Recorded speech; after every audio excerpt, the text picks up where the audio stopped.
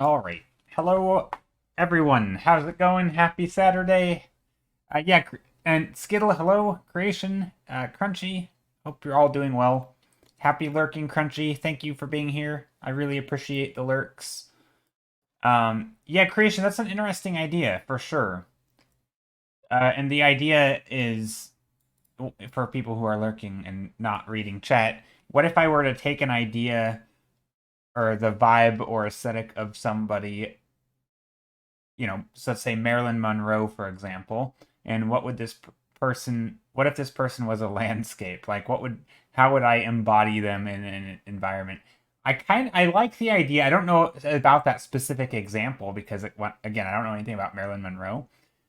Um, but I do feel like if I had like a bit of some different images, and I feel like this would have to be something that like pre-plan. I'd have to have a few different images, and I'd try a few different thumbnails of different things where I kind of take the vibe or it could be color palette or something. Maybe if they're and maybe some emotion that's obviously if they're like supposed to be a very exciting character, maybe I'd make the environment very exciting, something like that. Hey, Poppin' Art, how are you? So that's definitely an interesting idea. It happened again. What happened again? What? What? What has happened? Good happenings or bad happenings? How's it going, Neo? Your Discord bot is a few minutes late with the live update. Well, it always is. I mean, isn't it always like it? Is it only mine or isn't everyone's? I feel like everyone's is. Anyway, I appreciate you letting me know. Maybe I'll Google it or something after stream if I remember. I probably won't, but if I do, it'll be good to remember. It'll be a good thing to Google. Who knows? Maybe there is some like known problem that I can just, turn it off and on again and boom, it's fixed or something. Although I will say, I kind of like it being a little delayed. And the reason the bots have been a bit slow okay, is it a known thing? I will say I kind of like it being a little bit delayed because one, I have the setting up screen for 5 minutes while I make sure I get my tea and make sure everything's working. So it's actually kind of nice if people roll in like towards the end of that, if you know what I mean. Like I don't want people to pop into stream necessarily right at the start and be like, "Oh, this is boring." I mean, chances are if you're in Discord, you already know how things work, so it's not a big deal. But there always is kind of the fear that someone comes in right when I'm starting and is a little confused. And I mean, I have setting up, so it should be obvious, but you never know. Anyway, really good says Poppin' Art. Doing interior explorations, but I'm kind of struggling with colors. Ooh, man, interiors are hard. I feel like there's a lot of it. Really, maybe it's just the progression of how I learned things. So like the way that I learned color and light, or the way that I learned values, and the way that I set up my scenes. Interiors, I feel like push a lot of those things to sort of the limits. Lighting, especially, is very hard, in my opinion, because you oftentimes have to invent light sources. And so just having one light source is probably not going to look as good. And so then you're dealing with multiples, but they're oftentimes like soft light and not hard light. Um, and then with values, obviously lighting affects values highly, but also like materials and like for example, if the walls are painted white and you have a dark brown object, it's like you have to light and paint everything sort of according to what their materials are, which is something you have to do in like outdoor environments as well. But I feel like there's a different process that I can take because of the lighting. So I think a lot of it's process issue, but yeah, interiors are hard. And then of course there's the design issue, which most indoor environments, rooms, let's call them, or a building have purposes, and those purposes dictate sort of how they're designed. So if you don't know what it is you're going to paint, it's very hard to create your environment because what's in there. What are you going to paint today? I don't know. I have no idea what I'm going to paint today. I'll probably start out. I do like your idea. Let me Google. I mean, I don't know. I guess I could Google some names. And I'd probably keep them to myself though, because I don't know if it's important. I don't know. I'm not actually. I don't know. I was thinking maybe about Googling some names, like celebrity names or something, and then do environments based on it. But I don't know if I'm going to do that. I might just start just the way I normally do. Interiors require my brain to go into overdrive. Yeah, I feel like interiors work best if I have a prompt to start with. If someone said, design me I don't know, an old library that's being uncovered in the Arctic, it's like, oh, okay, I could do that, right? Because there's suddenly a mood, there's design, there's, what is it? It's a library, got it. Where what's the environment like? Like, I know that stuff, right? But if you would just say paint an interior, go, I'm like, oh my gosh, like my head starts spinning and it's like it's too many options. And also I have to make decisions quick. And I don't like to make decisions that quick unless I have a prompt. So it is kind of it's tough for sure. I saw a video on YouTube of the 50 states as people kind of stole that idea, but reversed it, I guess. Oh, that is cool. Yeah, I remember an example back, it was for character design, and it was you take everyday objects or brands of something, like that the example they gave was um, tea types. So types of tea. So like what would mint tea look like as a person, right? Like who would they be? Or what would Earl Grey look like, you know? Who would this character be if you were to make Earl Grey a person? I feel like he sounds very serious and I feel, but or like you could create all these different types of characters based on brands or types or flavors, and I like those. I thought that's a cool idea. I think that's hard with environment unless you had. I mean, you could definitely do it. Yeah. Do I want prompts today? Maybe. Right. Exactly. Those people are so imaginative. Well, I mean, I don't think you need. I don't think you need to be overly imaginative to come up with the ideas once you come up with the prompt. And in fact, I think this is where having a sort of a design process comes in, right? Hey, Siren Knight Sparrow 2. Okay. I had to make a new Twitch account because my phone number changed. Oh, well, thank you for coming in and thank you for following. And that's weird. That, huh? And you forgot your password. Oh, interesting. Okay, that sucks. But anyway, welcome. Glad you're here. Yeah, so I really want to push back because I'm a big if you're any if I mean you've been here before obviously, but I am a big believer of coming up with ideas is a skill, just like painting or drawing is a skill, right? It's or series of skills, and this is I think the coming up with ideas is much more like designing.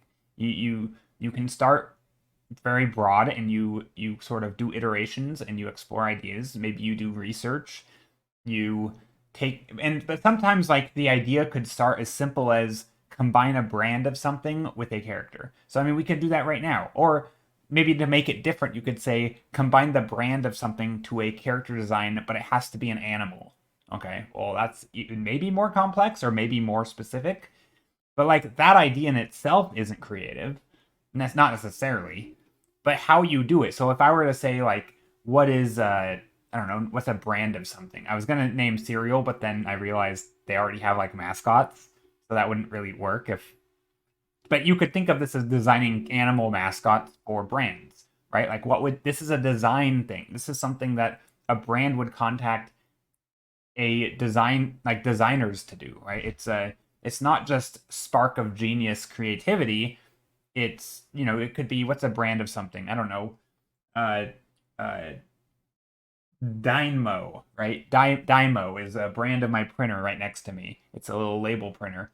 For example, if I were going to make a animal, well, one, this is technology, so it could be a robotic animal. Now I'm already thinking things like, uh, those transforming animal. What do they call them? I forgot what they called them back in like the 90s. I'm already thinking of that. And then you could start sketching out designs like, what if, this thing is supposed to be durable and stable, and it's supposed to be efficient, or what do you call it, consistent. So maybe you think of like, I don't know, some sort of animal that is durable and maybe large but also resilient. And so maybe I don't know, rhinos or something. No, not Animorphs. It was like a Transformers. Gosh, I can't remember what it was called. It was like Transformers, but animal themed. I think Animorphs was a book, right? Anyway, my point is, there's a process, right, to design stuff, and you can start. You can kind of go through iterations by, you could research animals and list different types of animals out. Then you could, add qualities to them, and you could sort of layer on different things. And by the end of it, you might start having an idea of what this animal could be, and then you start sketching out silhouettes based on the animal. You do maybe 20 or 100 of them until you get something that can be recognizable. And you basically just keep on doing iteration. You take the best, you discard the bad. Anyway, I don't think it's so I don't really think a lot of that kind of thing. But when you see the end product, you're like, oh, that's such a good idea, But it's like, it didn't start there, right? It started as design mascots for things, right? And it's like, these mascots are animals, right? I mean, that's not exactly an original prompt, right? That's something people have been doing for decades. In fact, mascots are kind of going out, I feel like, as far as products go. I don't feel like a lot of products have animal mascots these days. Maybe they do. I don't know. But anyway, so I do want to push back against that thought, though, that this sort of like, you're not that creative. I don't buy it. I always thought there's being a difference between being creative versus imaginative. I mean, maybe I'm curious what you. I mean, to me, creative is just sort of. I guess it depends. I always think of. I mean, in its broadest sense, and I guess we have to get into it. It would be like basically creating something new, but almost always out of old stuff, because everything creative is taking things in the real world. I mean, otherwise you're just making noise on a page, right? Like, this is creative, but it's functionally useless and unrecognizable, and it's just blobs, right? So that's garbage. So yeah, it's taking things that are recognizable or have a function. We're closing in on the evil rant. No, no, no. I mean, I think creativity is a good topic. I mean, I think you could also call it problem solving, right? And maybe coming up with the problems as part of it, right? I'd be able to identify it. But again, that's a lot of times where knowledge comes into play. Um, like obviously, a plumber is going to be much better. Oh, I see. 666 rant. Gotcha. Gotcha. I thought you meant like we were close. I was leaning towards some other topic of rant, like the talent rant or something. And I was like, no, creativity is a good topic. But I think it's kind of I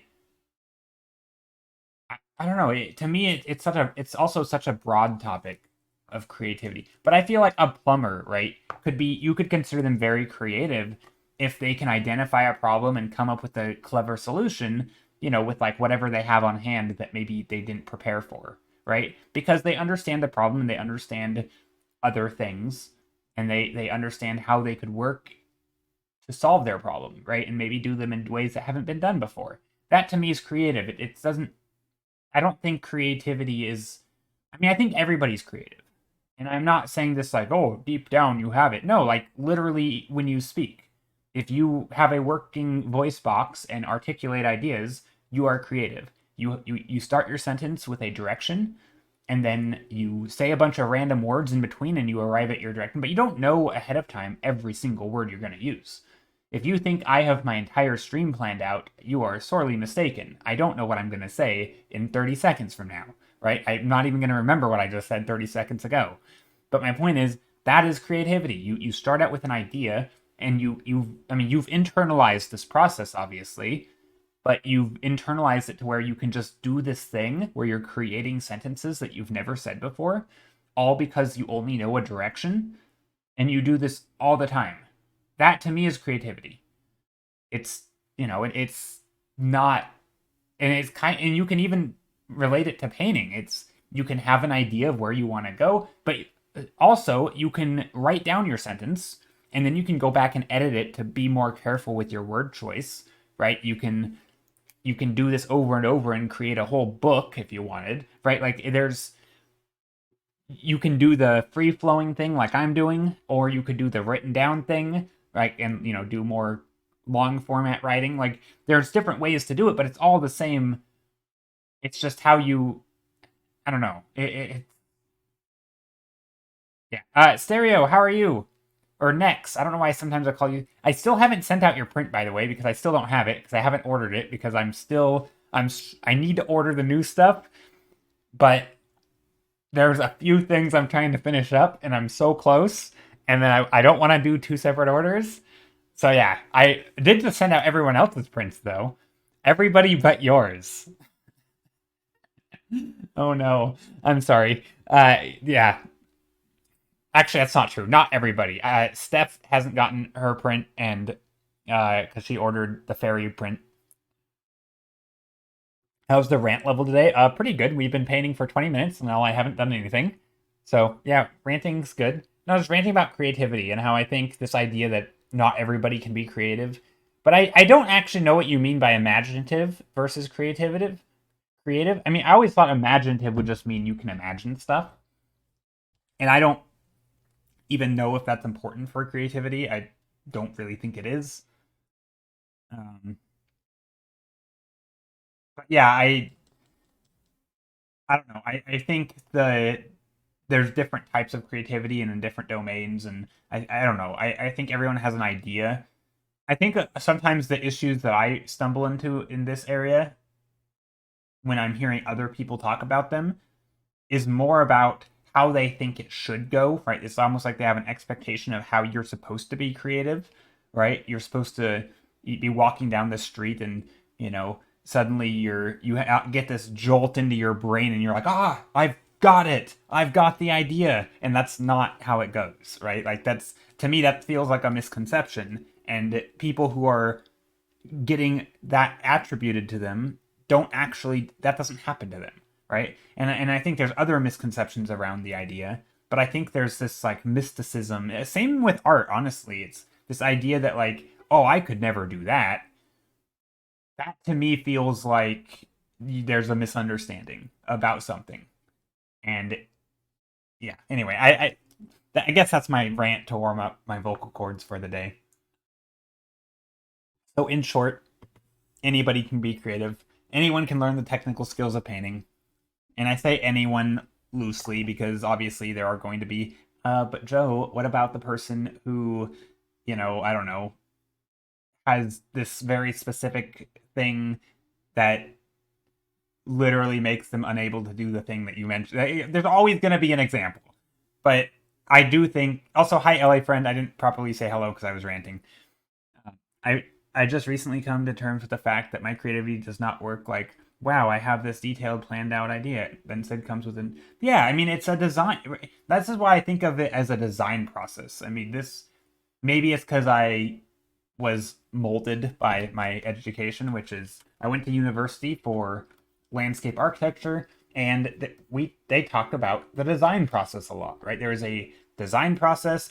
You can literally label out the steps, and it's a process of design. I mean, it starts out with essentially big conceptual, your idealization of it, like, so the way that it was described to me, and I'm probably going to butcher this because it was a long time ago, but when we were learning like the design process in landscape architecture, basically they told us, imagine you're going to design like a plot of land, but instead of thinking of it as here is the land that you have to design in and good luck, navigating this area or whatever, they basically said just label the things that are important and put it in a big circle, right? You're just saying like, okay, well, here's the entry, right? This is like your ideal, and like so what's connected to the entryway, right? And just big vague. Okay, well then you have like maybe there's parking or something, right? I don't know what I'm doing, right? Just parking.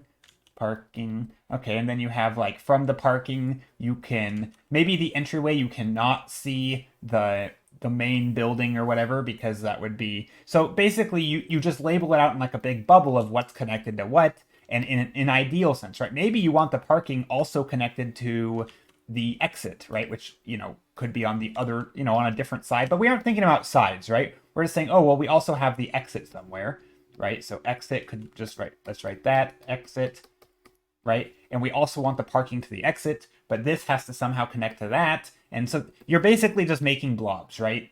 And the idea isn't, and then only later do you start adding constraints and you say, okay, well, how does all of this fit into this random shape that we've found, that like after we went to the site and mapped out the layout of the property that we're going to be designing on, right? How does all of this, how can we cram it into here, right? Like, okay, well, here's the entry. We know where it is because it connects to the street. And then, okay, well, we have to have parking, so maybe we bring them around here. And then, this was the only area that the parking will fit, right? Like, the real world constraints and the ideal version are separate. Anyway, and then from there, you start doing iterations, right? Maybe there's research that needs to be done. Actually, research comes first typically, but anyway, so it's this whole process, and like by the time you get done, you've designed a functional thing, and then you add all the sort of the flavor and icing on top and do all the other stuff. To me, that's very similar to any sort of coming up with ideas. The process isn't just let me put down brush strokes first or whatever, and then another layer. It's more of a workflow, sort of what do you start out with and how do you think about the things. And I mean, how I think about something at the start is very abstract versus how I think about it at the final. That's very, concrete and specific. And I think that's a learnable skill, right? It's not like now, obviously, if you go in thinking about specific details for an entire design or an entire painting before you figured out the broad stuff, yeah, you're gonna struggle, right? You're gonna be floundering and confused, and because that's just not how people do it. Like that's not the way, I guess, that most, and maybe some people can do it. I don't know. I don't ever want to say nobody does this stuff, but realistically speaking, nobody does this stuff, right? Trust the process of the steps leading to the final result. Don't look so ugly before getting there. Yeah, I mean, I think the trust the process, though, I feel like, I'll be honest, I don't like that saying too much because I don't think people know what others are talking about when they say process. I think sometimes people talk about the physical process, like, for example, if you're doing, say, just a painting, like an illustration of an existing character, and you're given the pose, there's a painting process, right? It might look like lines, it might look like, and then lines to flats to lighting or shadows, and then light, I'll say, and then there's bounce light. Well, we'll just loop around. We'll go bounce light, and then maybe like highlights. I'll just put highlights in that, and then maybe there's like scratches and texture, right? So there's this whole process, right? There's like, ooh, okay, you got this whole thing. And I think this is fine, right? This is a process, but this to me is like the technical process, right? This is not the creative process, right? This to me is like you're following the recipe, but you're not inventing the thing, right? If you're doing character design, there is a design process that you can follow before you ever do any of this, right? A design process might be something like, again, you research your topic, you abstract your ideas, right? So it might be something like, I'm just making this up, but research, how do I spell search, research, and then like basically abstract the ideas or gosh, I don't I feel like I would need an example here of a specific thing. But if you were going to design a character, right, you might you might focus on things more like who are they, what are their personality, what are they, or what are, not even that, like what is the world they fit into, right? So the context. This is where you do research, you'd find out, you'd basically be an investigator, right? And you're like, oh, this person grew up in the Wild West. Okay, well, let's design a cowboy looking character. You'd be like, okay, well he's a cowboy, what is his personality? And you start making like a trait list, or like some things, right? You do your research, and then you'd have like this idea in your head about all the things, as many possible things you could think of. Why can I not shift to my brush? Anyway, I feel like this is a harder step for me to write out as cleanly as this. But again, there's like a million different painting processes you could have too. This is just one of them. But you could have another process for design, right? And design is like, again, how you come up with different ideas and iterations based on your objectives and your goals for the whatever it is you're designing. And then after you're done with all of this, then you could go to this, right? Then you could start sketching out based on your design. You could start, adding all your stuff. So to me, this is not design, right? This is just painting. There's work that comes before this. And I think that's the hard thing that a lot of people, I mean, I guess if you go and find any character design stuff on YouTube, you'll probably see a lot of mashing materials together and different things to try and sort of create this super rough idea, and then that way you can get your brain started of thinking about different iterations. But yeah, I usually see something, example, trash can, draw it and see different things, plant and see how I can combine those two. Yeah, so I mean that to me is much more. Yeah, that's what I consider creativity, right? Is you're combining things to create something new. And in doing so, right? So when you say combine a trash can and a tree or whatever, right? If I say to combine a trash can and a plant, right? There might be questions, right? Answering those questions and doing research is going to give you more ideas. So for example, what kind of tree? Right, okay, well, what kind of plant even? Is it a tree? Is it a fruiting tree? Maybe there's fruit. Okay, that could be something we could maybe work with. Why a trash can? Is it growing in the trash can? Is that like a pot? Or is it a trash can that is shaped like a tree? Like, what's the deal here, right? And the more questions we ask and the more answers we come up with, the more quote unquote creative we are. So I don't know, I feel like a lot of that stuff is, I don't know, it's not, maybe I'm weird, but I don't feel like it's crazy hard-ish. I don't know. I think it's harder to come up with good stuff, but that's through, again, learning to ask the right questions, right? It would be a bit like again, a plumber who walks into a house and says, "Hey, so what's the problem?" And the person says something, and their spidey sense goes off, and they think that doesn't sound right.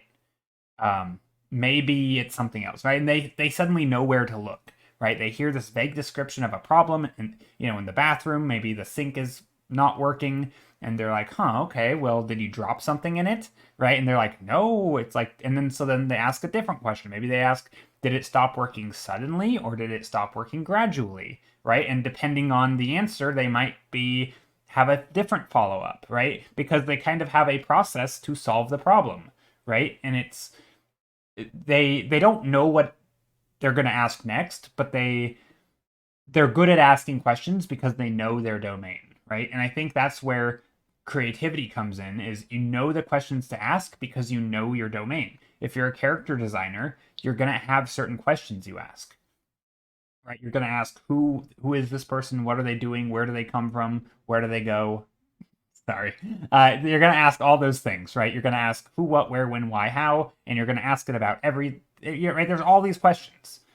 And same for environments, but I'm going to ask different questions for environments as I am for characters, probably. Some of them are going to be the same, but they're going to be asked in a different way.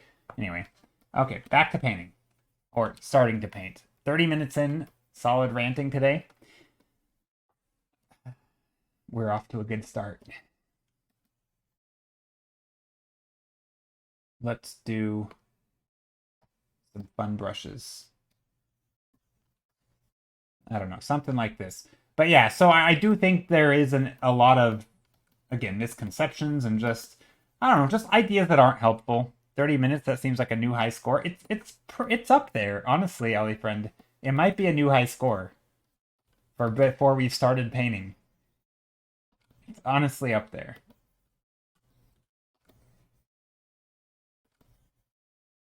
Okay, so today obviously I don't know what I want to do, but I do know I want some little punch of highlights in here. So maybe like bright green. Let's pick a different brush that actually puts down opaque.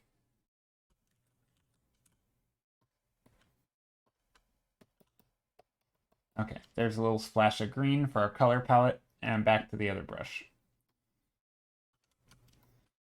Okay, so I want to paint something. So last painting, right, we did this last stream, and we did a classic composition where we're just looking across the plane. We have stuff going upward, but there's nothing going downward, right? And it's just this flat field, essentially, with some things protruding upward. And it's basically we're looking head on. I want to change that. I want to do something a little different today. Then with the grayscale portion of your portrait. Oh, nice. Oh, love the color and contrast. Oh, and this one or this? This one was fun. I like this one. We made little cat slugs. Cat slug. We got their different shaped cat slugs. Oh, you're talking about today's? Okay. Yeah, today we'll see how it goes. Yeah, so I'm thinking we're gonna be looking down, so I'm gonna draw some shapes that kind of angle into a certain perspective. It's gigantic snails. Flat cug. Cat slug.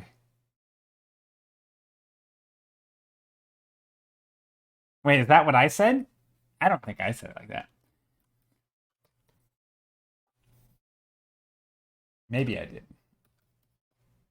Okay, so actually let's change our horizon line up here. We're gonna go. I'm gonna sketch in some perspective grid, just super big blocky, just so my brain can try to figure out what it wants to do. So I'm trying to transfer this color over here so I can block it out.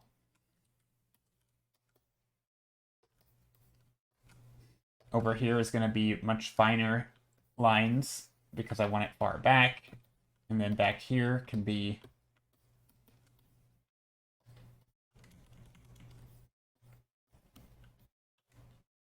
okay, I do want to be looking downward though. So maybe I'll start by doing something like just making some interesting shapes, like this. Oh, we're getting a raid! Basilisk! Basilisk raid, Skittles coming in, Crunchy's coming in. That looks like something someone would use to show that a liquid is super toxic and super acidic. Yeah, pretty much. Hey, welcome in, Raiders. How are you, Crunch? Or not Crunch? I mean, yeah. How are you, Crunchy and Skittle and Basilisk? Basilisk, how was your stream? Hope it went well. Yeah, it does kind of look like that, Neo. It does kind of look like that. Hey, hello, hello, hello, hello. I don't know. I'm saying hello to you, Ellie friend. You already here. Rolling in with the raid. Rolling in with the raid. Nice. Still lurking. Long day with Little Fox. Ah, enjoy your day. Yep. Have a good day. Basilisk, how was your stream? What were you working on? Would you like to share? Or not even would you like, just share. No, I'm kidding. Nobody has to share. But I would love to see what you were working on. Okay, so yeah, I want to have a scene where we're looking downward, right? That's why I put the horizon line up so high. Just because if we're looking down, then it's hard to see stuff above our head, which is where that's up above here. That's why you put, anyway. I was working on a D&D character for one of the players in the party I'm DMing for. Oh, that's fun. Art tax is demanded, exactly. No, I do want to emphasize if you are somebody new and don't ever feel like you actually have to share art, obviously, but we do like seeing people's art. Just gonna make some shapes.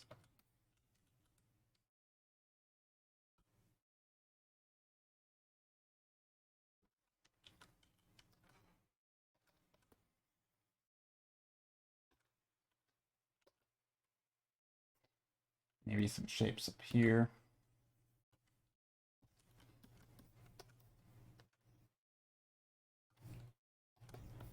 Maybe there's some...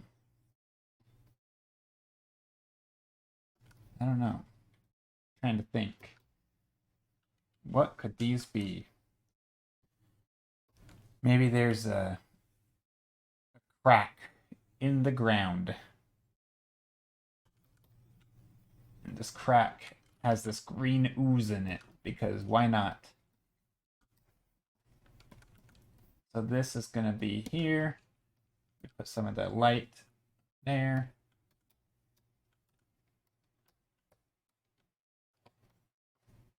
If this is going to be the focal point, I'm going to want some of that brighter color down here probably, just so it does contrast a little. Although a focal point right on the edge of the painting is hard. But that's okay, we'll figure it out.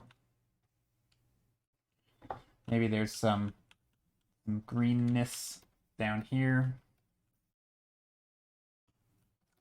Something like that.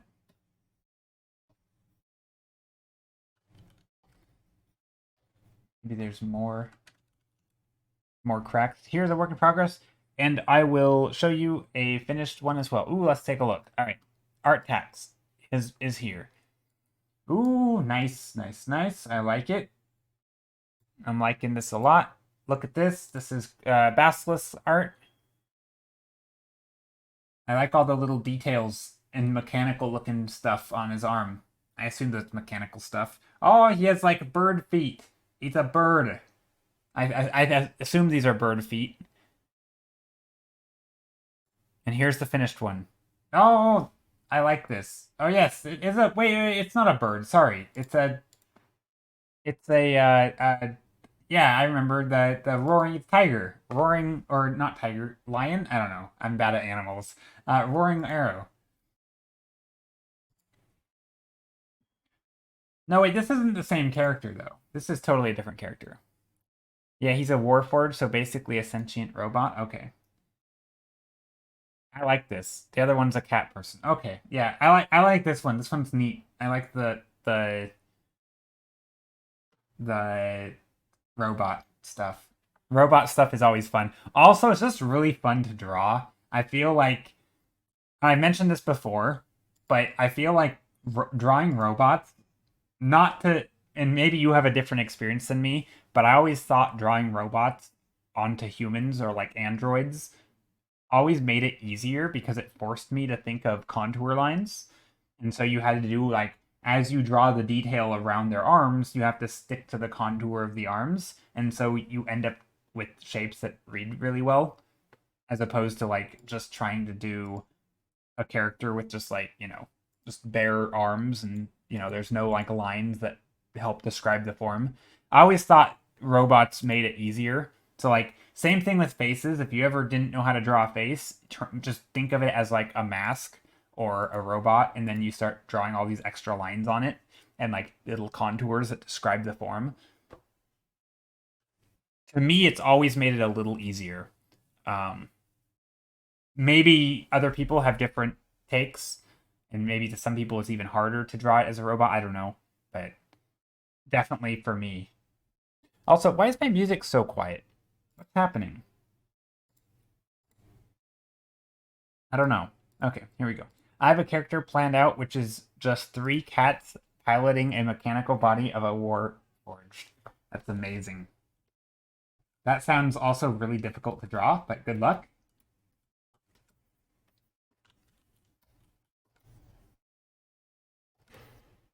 Okay, so here's this. Maybe there's gonna be some interesting glow because we need glow dodge.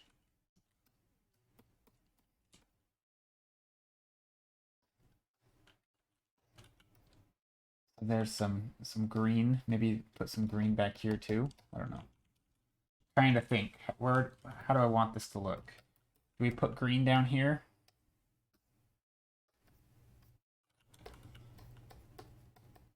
Feel like I do.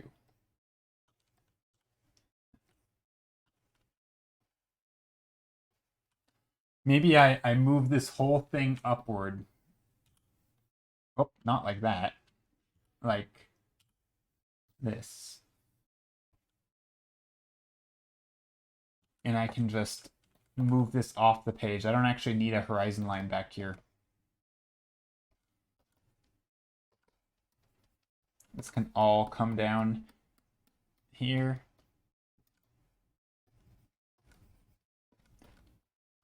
Something like that. I don't know. Maybe there's some interesting rocks or something in here.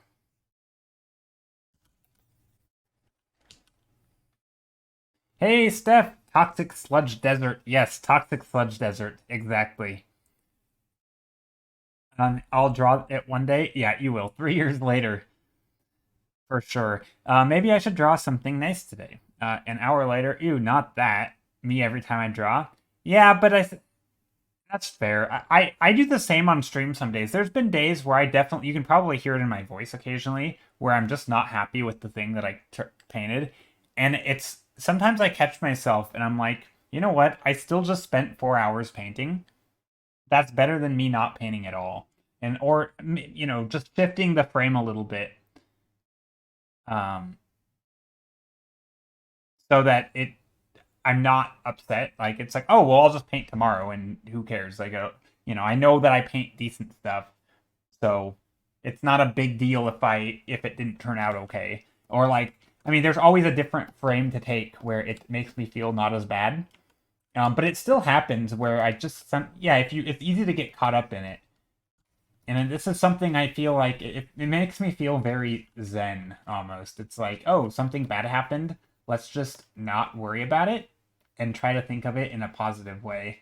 And it sounds cheesy as heck, but I do find that it helps because ultimately this is painting. It's not, heart surgery or whatever. Like it's, nobody's dying at the end of the day. It's extremely unproblematic, right, in the grand scheme of things.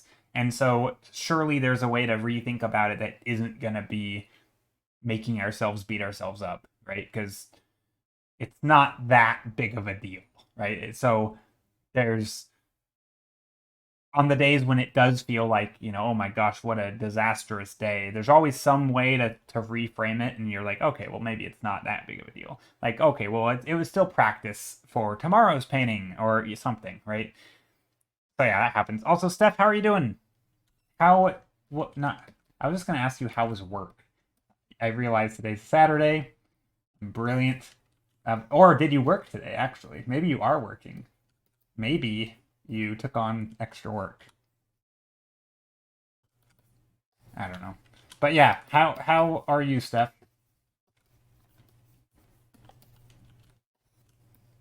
So yeah, Toxic Sludge Desert.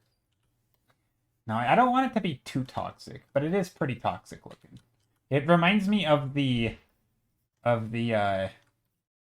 Monster Energy drink logo, right? Isn't the Monster just literally like this? It's just an M, but it's like a toxic looking M. I don't know, something like that. No in-person work, but I am working. I need to progress report. You need to do progress reports on the kids I see Saturdays. They pay me overtime for this though. I'm halfway done. Oh, nice. Extra money. Uh, Also, I don't know how to say your name. How do I say your name? I should know this. STRN. Wait. Wait, what? Did you just change your name? I'm so confused.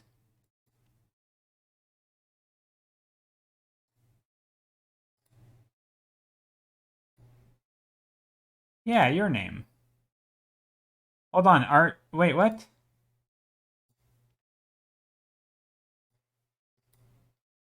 You pronounce it Neo. You just changed it right now? You pronounce it Neo. Wait. What?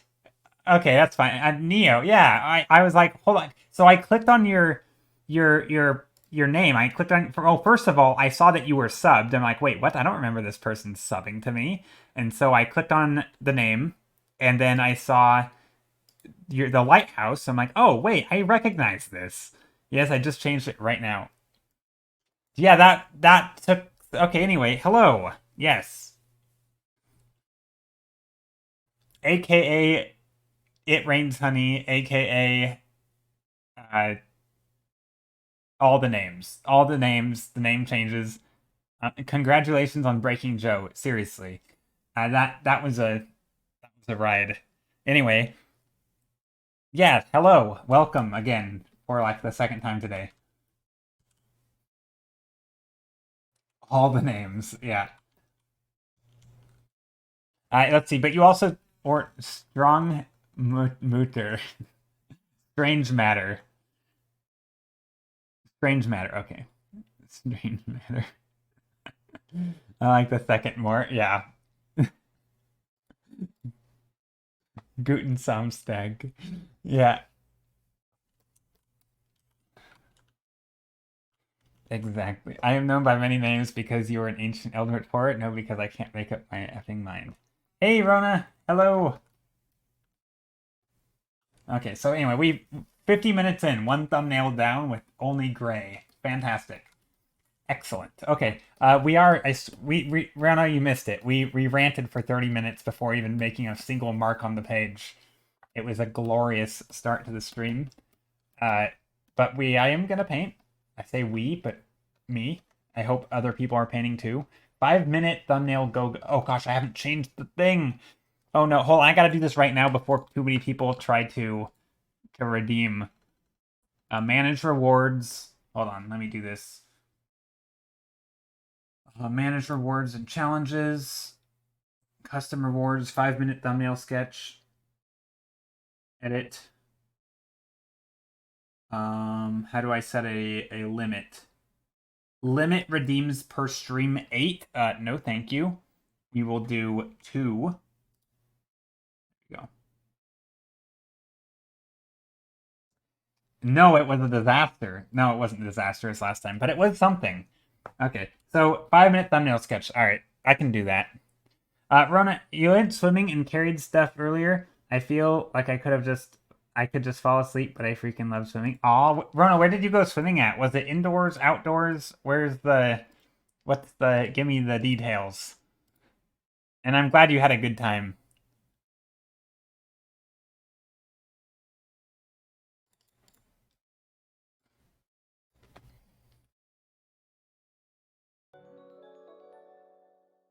I don't even know what I did, but I think I fractured. Oh no, poor foot. Oh no.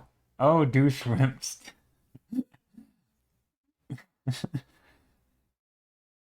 Yeah. Rogsko, thanks for the follow.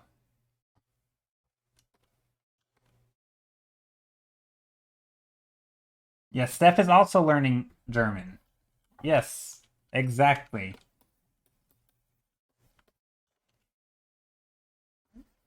Exactly.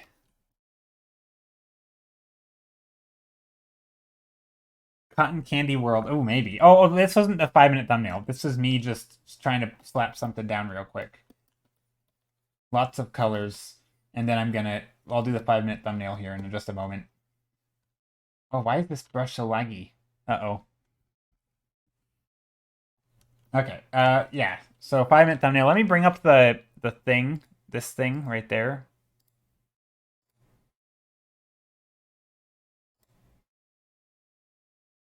We'll go like this. Also, thank you, Rogsco. How are you? By the way, hope you're doing well today. Why is this not engaged? Oh, here we go. Okay, 5 minute timer starting now. Resume. Steph doesn't swim. Okay. All right. Painting. Here we go. Quick speed paint. Here we go. 5 minutes. Gonna come up with something. I want to do something a little bit more. I don't know. I have an idea. Okay, I want to do something on an angle.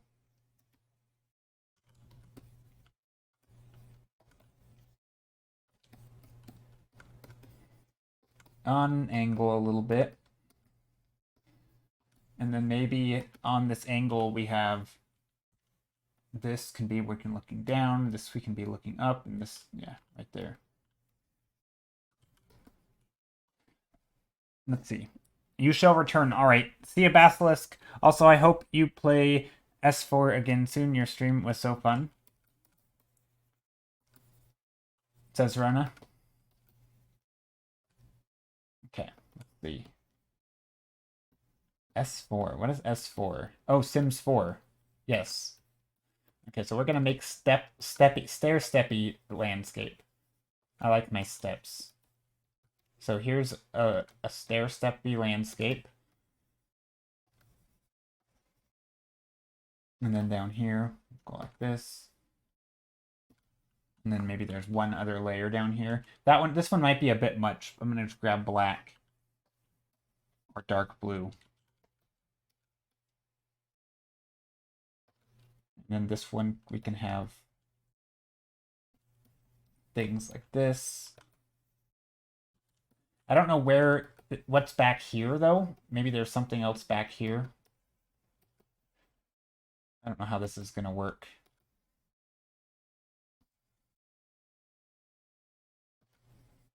Maybe there's some light in here somewhere. Stair composition. Yeah, exactly. Stair steppy. Each stressig im das Wasser. I don't know if that's right. I don't know either, Steph, but I know what you mean. You get stressed in the water, or you're stressed in the water. But I don't know if that's how you say it. I know what you mean. It's funny because I know where you are in your German learning, I know exactly what you're trying to say, even if it's not right. It's funny. I would be curious to know if it is right. It sounds right to me, who doesn't know German. That's how I would say it. Ooh, that's complicated, Rona. Rona made it way more complicated than I.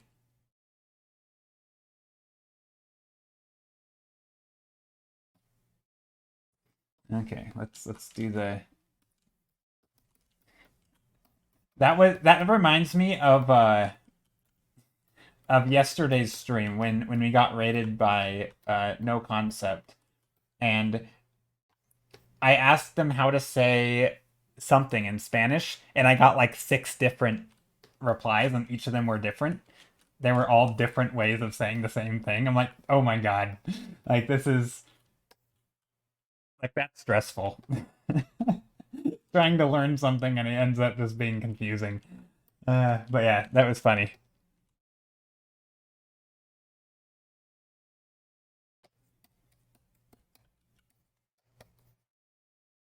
Hmm.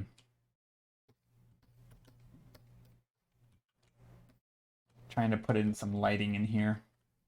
Oh yeah, I said I was gonna put green in here.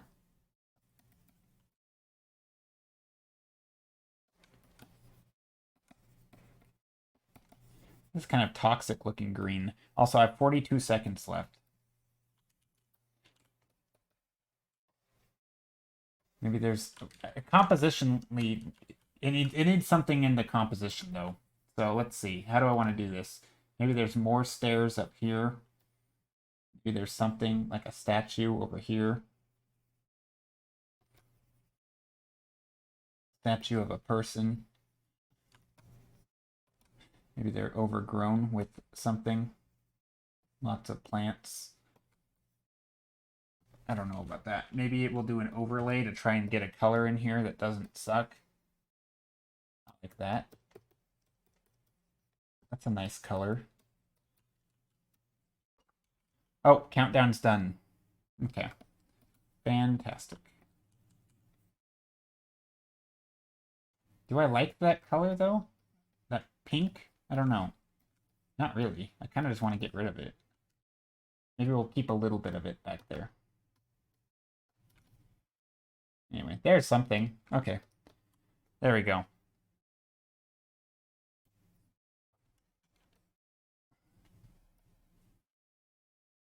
So vor is of and M is in. I knew the M is in, but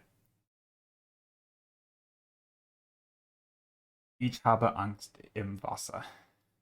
I'm not sure what you want to say. The second one, I like water. You like water, but you just don't. You're not comfy in water. Okay, nice. Oh no. Oh no, what? Oh. I'm always afraid when Rona says "oh no" that something went majorly wrong. But with this anxiety, I can survive in water. In Hawaii, I got swept by a sneaker wave. Oh no, the sneaker waves. I swam back in a panic so I can survive. It sucks that it gives you anxiety stuff, but does. I've never been a big fan. Not that's not true. I have been a big fan of water. I don't know. Something about it. I love water, but I don't really care to go in it. I don't mind it. I don't it doesn't really bother me. But it's I don't think unlike Rona, I should stop painting on this one. I think I always get the impression that Rona's happy place is in water, whereas my happy place is like on the edge of water. I just like water, but I don't know. Or like I like rivers and rushing water and like walking down like a stream or something. I don't know. I don't really feel compelled to always be in the water, if that makes sense. So yeah, I'm different in that regard. Ocean. Ocean's nice, yeah. Oh, paint an ocean? I could paint an ocean. Maybe. Maybe. Let's paint some water.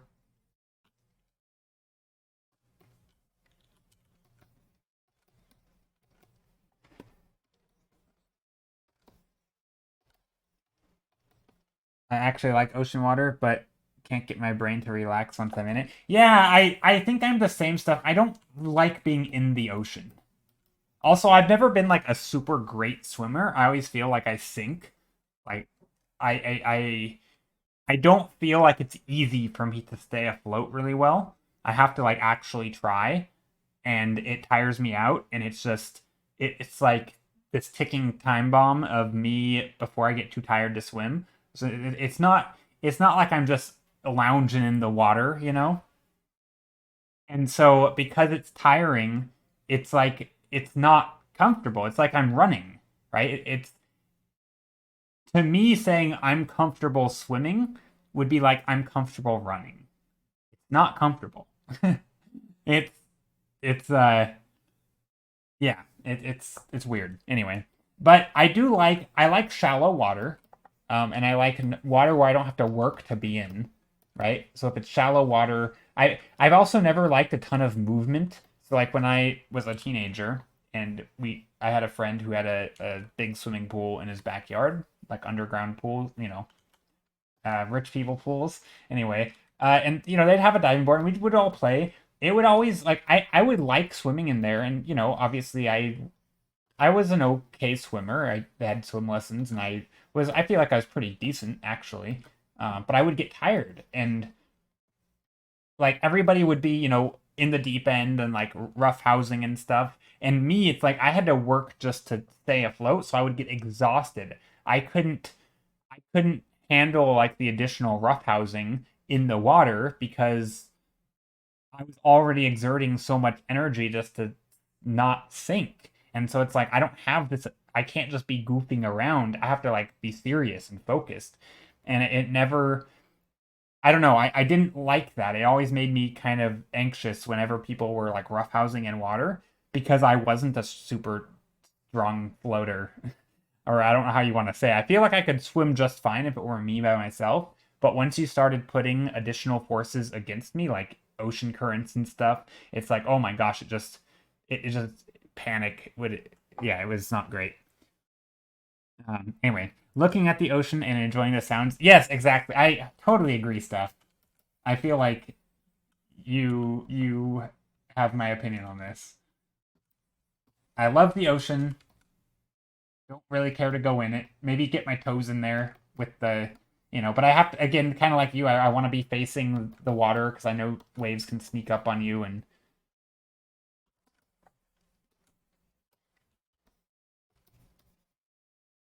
I miss swimming, but I don't do it for body dysphoria reasons.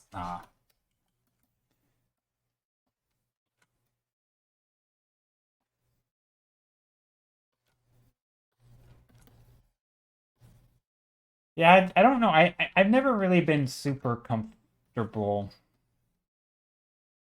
I mean, I don't know. I guess I've never. I don't know. I've never been big on swimming in public either. But I mean, not for the same reasons, but just I don't know. I guess some of it might be self-consciousness, but not. I don't think that's so much nowadays. I don't know. I haven't been swimming in a long time, to be honest. I'm a slow swimmer, and also able to just swimming in this on the spot, but I can stay there for a while.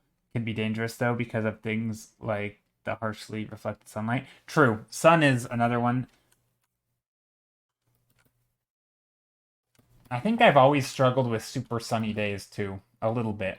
I never liked the bright sun. I always like to be able to look around and just observe stuff, and not being able to look in a certain direction because there's sun always just annoyed me. It's not so much that it was bad to be in, but it got on my nerves a little bit of like this is not pleasant when I can't look in like there if you have like the whole sky, right? And like you can't look over here, like what a buzzkill to have all of this area that you can't look. Like you have this whole world around you. Joe, have you ever heard of the concept you still can't look right at the sun? No, it still is not enjoyable. Also, I don't like sunglasses. But yeah, no, it's still not enjoyable. I sun's always bothered me. It's even then it's too bright and it takes away the enjoyment. I don't know. There's something about it. It's honestly it's the same way that I treat like tacos. I know that's a weird transition, but like I'm not a big fan of dumping hot sauces and different stuff on my tacos. I just like the delicious plain veggies, right? You put all the fresh cut vegetables in there, whatever. I like that flavor of the. It feels like once I'm doing other stuff, it's like it's taking away from just the enjoyment of being able to enjoy all the stuff, right? Because that one thing overpowers it. I don't like that overpowering thing. Like I like to just be able to wander around, looking around, look up at the sky if I want. I can't do that in the sun. I have to like keep my eyes focused on the ground or something, or like look in a certain direction. And like, I don't know, it's not as enjoyable all around. Like the whole big picture experience is just a little bit lessened because of the sun. Like, I don't mind some sun. Anyway, tacos. Yeah, I think Rona's a little bit behind. Rona's a bit behind in the text. Sun is great though. It is great, but not if it's in your. I don't know. I don't like bright sun. I like sunny days when the sun goes behind the clouds. Uh, I just made everyone think I'm a complete weirdo. I'm trying to figure out chat too. I feel like I missed messages. Yeah, I think you're a bit behind in chat. I think you're delayed by like 30 seconds.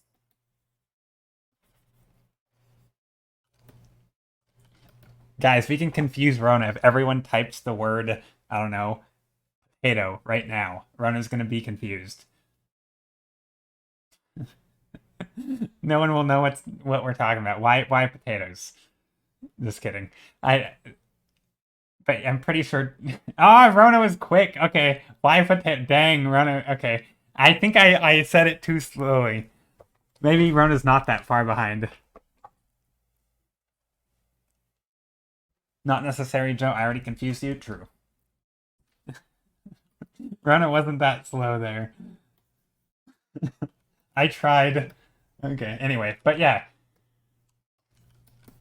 but that I guess what I'm trying to say after all this is I don't dislike the sun, but I think I prefer days when I can just blue sky and not sunny, or not even blue sky, like slightly cloudy.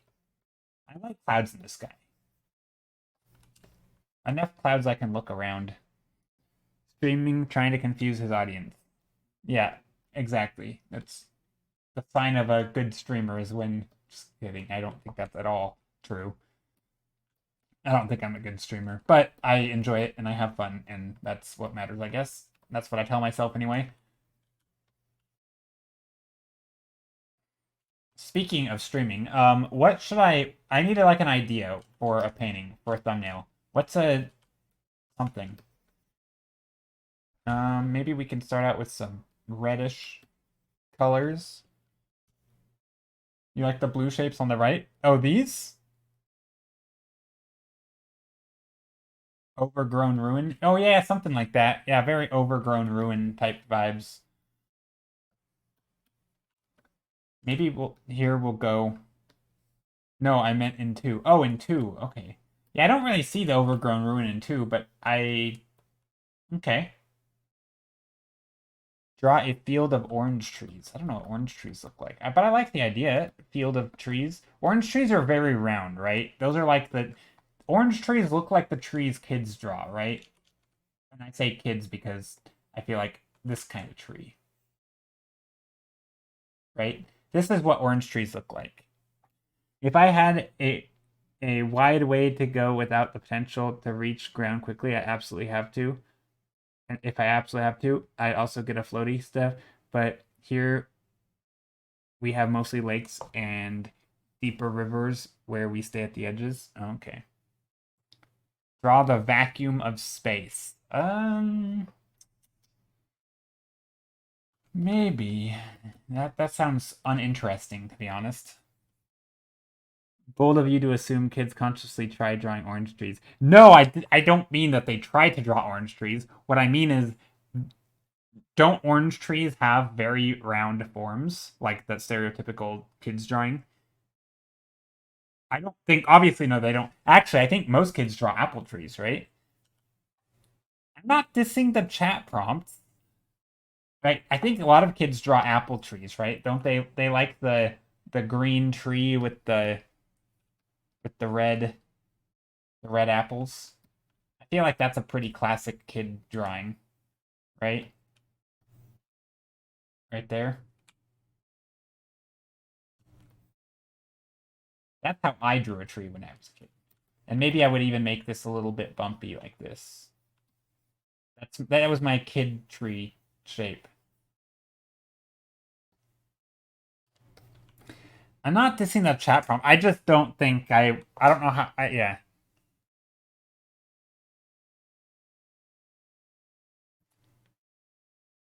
The vacuum of space just sounds I feel like that was a I don't know. I guess it could be cool. I do think like celestial bodies and sort of these giant nebula type things could be pretty cool. Joe trying to lose followers. I'm oh my gosh. That's pretty much how I do it here. Thank you all for the follows, by the way, and for hanging out. I really do appreciate it. It means a lot,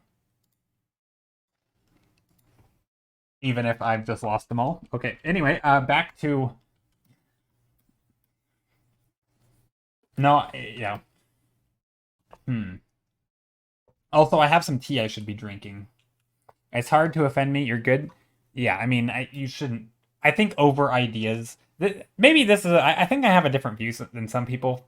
It doesn't sound like I do the new creation, but I do think when it comes to ideas, if someone says an idea and I'm like, that idea is stupid, I wouldn't say that. Not in that turn. Not like quite like that. But I do think there is an element of like, I don't think someone who has not a good idea. I don't think less of them as a person. I think being able to play with, I don't know. I don't have to like your ideas, right? Like, and you don't have to like my ideas.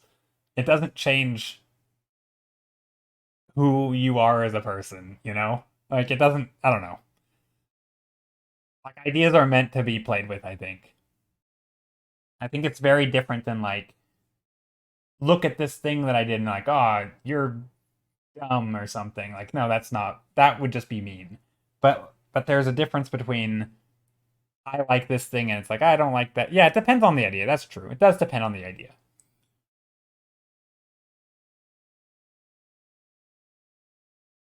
But yeah, that's also why when I ask for suggestions, sometimes I'm like, I don't like that one. That doesn't sound fun right now. Or that doesn't fit the vibe of the stream or something or other. I'll make an excuse. Sometimes I'll go with them though. It just depends. Just depends. Some ideas are sus. Yeah, but I think I guess my point is, no, I agree. Some ideas are terrible. And that's why I think it's okay to call out ideas and talk about the ideas without bringing the person's identity into it, right? So if somebody says an idea that is like, okay, that's not a great idea, and let's explore, and then hopefully the idea, if you have a weird idea, right, and then it's challenged, you can understand and change ideas because ideas should change, right? This idea that ideas are concrete and they are unchanging, to me is just a weird topic. Um, Lurk, you never saw me. Who? No, yeah. Happy lurking, Hanelf. Thanks for popping in. So yeah, I don't know. I guess I'm a big fan of ideas because I maybe it's because I talk before I think. Like I oftentimes will just say stuff as before I think it through, and so my ideas are kind of half baked. And then if somebody calls me out, I want to know because I want to change my idea because that's just how I do it, right? I don't only express things that I've thought deeply about and have strong views on. Like I like to just think about stuff out loud and be like, what if we did this instead? And someone's like, that's a terrible idea. I'm like, how come? And they're like, because this and this reason. I'm like, oh yeah, good point. That's a stupid idea. What kind of idiot would have said that? No, I'm kidding. But I don't know. Hopefully you get my idea. Ooh, paint a. Oh yeah, farm full of trees. Yeah. Let's do the tree idea. Ooh, I have an idea. Let's do glowing trees. So like farm.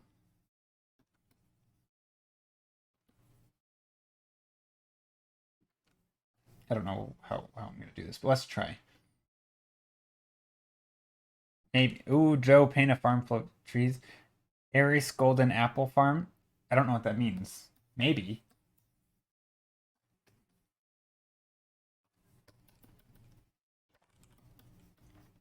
We all know it will happen. Maybe. I'm not so sure. I mean, now I feel like I have to make it happen because you've already added the command, right? I feel like I'm. Hold on, let me Google the picture of Apple. Oh my gosh, I've already dropped frames today. Let me Google orange trees images. I guess these orange trees aren't quite like how I drew them. Maybe I was wrong. I think I was wrong. Orange trees don't look like the blobby thing. I mean, they kind of do, but they're a little bit more they're a bit more droopy shaped, right? They have like this.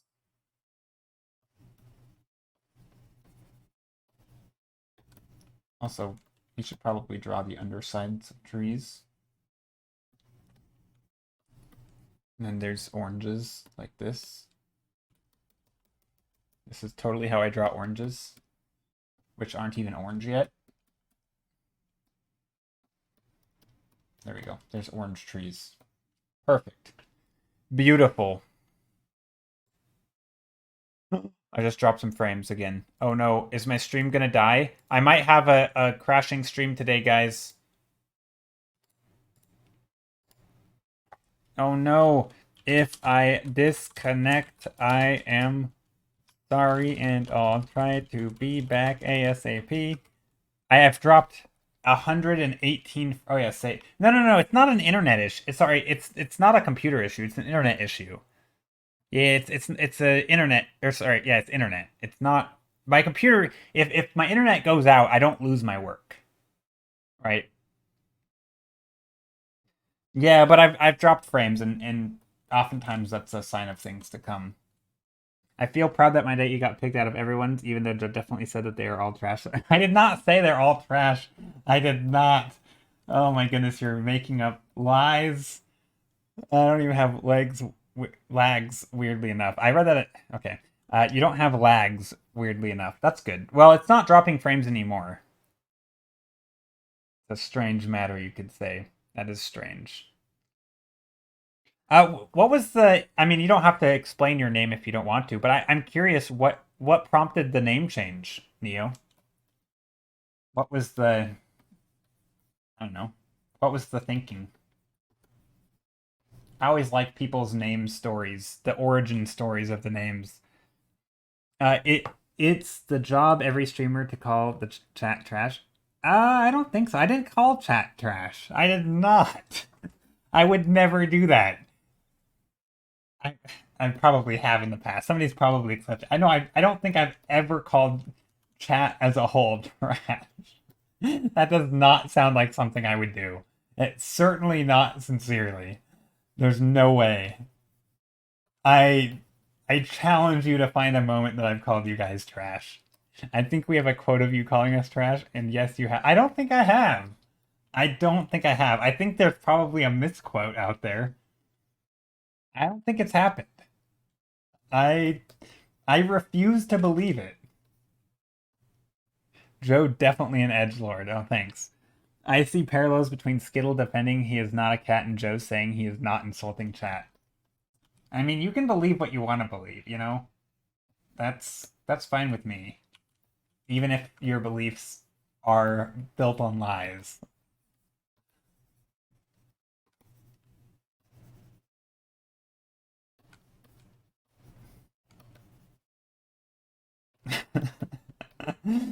uh, you guys crack me up. There's only one tree. Let's do more trees back here. A big ol' tree. I see parallels too because I am not a cat.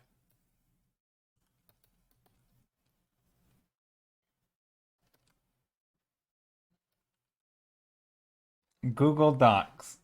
Let's see. Oh yeah, is that the quote list? He's doing it again. Doing what? Uh keep giving prompts they are nice. Sometimes Joe doesn't notice when he's being blunt. I don't think I actually said. I'm pretty sure people are just making stuff up, Rona. Pretty sure they're making stuff up. I don't think I was being blunt. I did call that idea boring, but I didn't actually even mean it that way, even though that is what I said. What I meant was I'm not sure how I could make that idea interesting, and I'm too lazy to figure it out.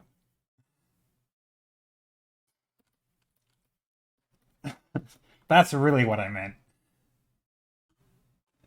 Chat, has Joe ever I didn't say I've never been blunt on accident. I like how you guys are implying that I'm making these claims that I've never. No, I've definitely been blunt on accident before. I absolutely have been blunt on accident, Rona. I would never deny that. But in this moment, I don't think that was me being blunt. Oh my goodness, you guys, I am getting attacked here. I feel like I'm having to defend myself. Quote 302, calling chat out. Let's see. Quote 302. What is wrong with you guys? Yeah, I call people out all the time. That's not the same as. That's not the same. That there's a world of difference between those two things. Let loose. I said loose. You're holding it together, baby. What's the use? Let loose. I said let loose. I'm giving you permission. You've got no excuse. Let loose. Hey, Observer. I don't know what song that is. I feel like I should be able to hear it in my head. I feel like it could totally be a. I'm grasping for straws here. Yeah, I don't. Anyway, I don't even know what the debate was. But how are you, Observer? I don't know what song I just sang. What song did I just sing?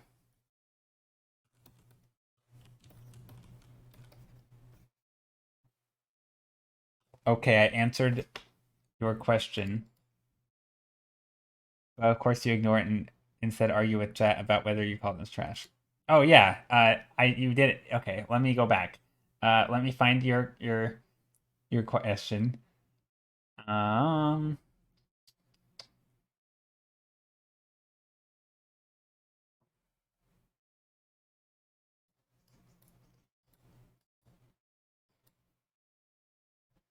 I don't see it. I'm sure it's in there. Okay, I see where you answered my question. No, sorry, I see you said okay, I answered your question, but of course, wait, I'm scrolling up. Let me click on your name and hit chat messages. You said I don't even have lines. How Joe, how about a dragon horde? We all know it will happen.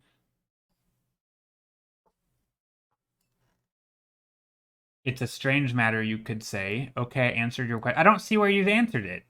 The last thing you said before that was, now I'm confused. I brought up your chat logs and I'm not seeing it. Am I confused? I feel like I'm confused. No, it's not. You might say it's not important, but this is what I'm seeing, right? We all know it will happen. I don't have any lags, weirdly enough. It's a strange matter, you could say. And you said, okay, you answered my question. So is this what you mean? It's a strange matter? That's not. Where in the world? I don't see that. Oh, okay. I didn't buy with my old name for a while anymore, like Strange Matter, because it's edgy and it sounds like I find physics cool, but don't um actually know physics, which is pretty accurate. Okay, maybe did I not? Was it really? Yeah, I don't see that at all. How did I wait? What? Where is that? I'm so did it just not paste it? I don't think I ignored it. I just don't think I saw it. See, I want to get to the bottom of this. Look at this. This is your messages, right? When was this? When did you type this?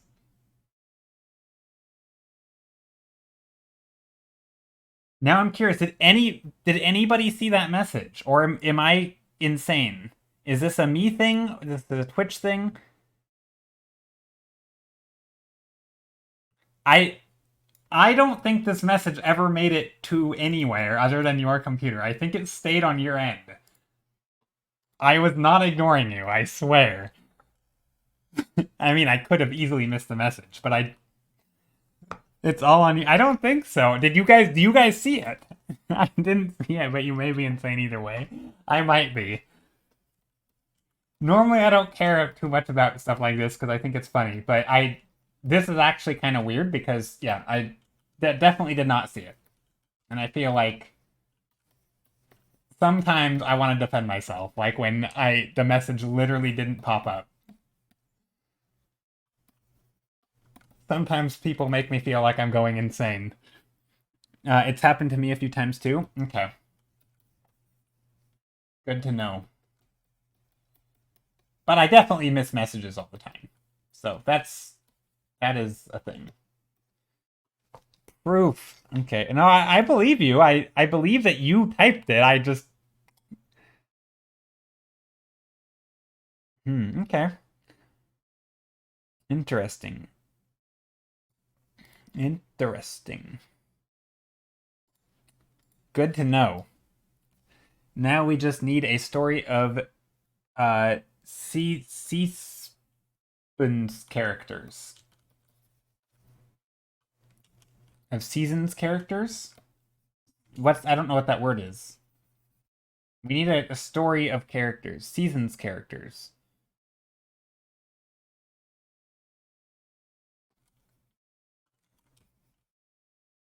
I think Twitch yeeted your message. I think Twitch was just like, nope, this one's gonna be deleted. Also, I do not have perspective here. New Harvest Moon? Okay.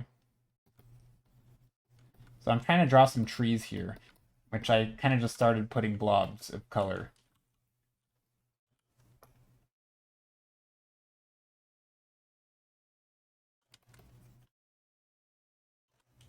Twitch censoring. Nah, it could be an internet thing. It could be, I don't know what it is. I mean, I have no idea. I wonder if it could be a connection thing. I mean, I'm not claiming your connection is bad, but if your connection blipped out for even, half a second when you hit enter, it could have just yeeted your message and never made it to Twitch servers. No, I wasn't ignoring you. I definitely don't. I mean, sometimes I accidentally ignore people, like, when I do really miss messages, but I didn't feel like there was that much chat going on today. So maybe, yeah, I don't know. I don't know.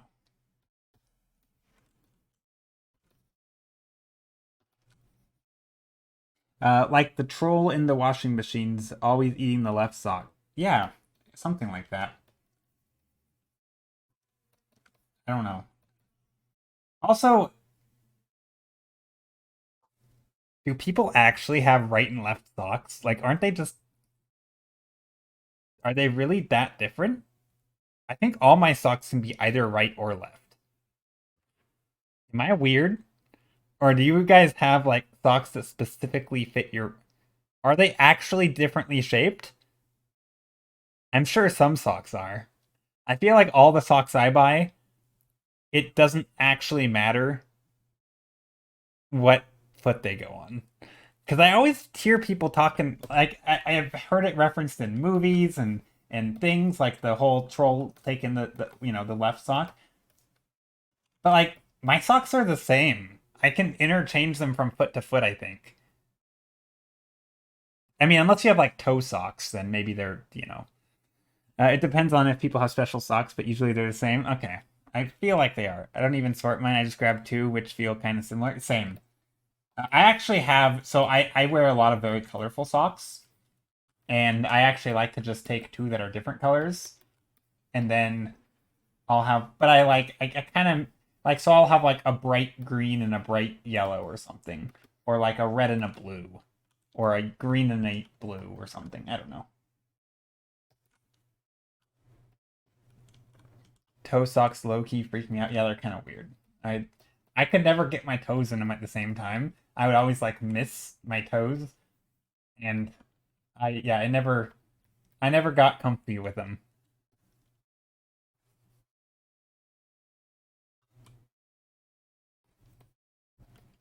Oh, I see. So you know that you only have the right socks because they only eat the left. Okay, so that makes sense. That's fair logic, I suppose. So they have this knowledge that you don't. So they know what the left and the right is, as if there's some universality to it. Even though you can't tell the difference, they can. Okay, anyway, here's some trees. I don't like this, but some colors.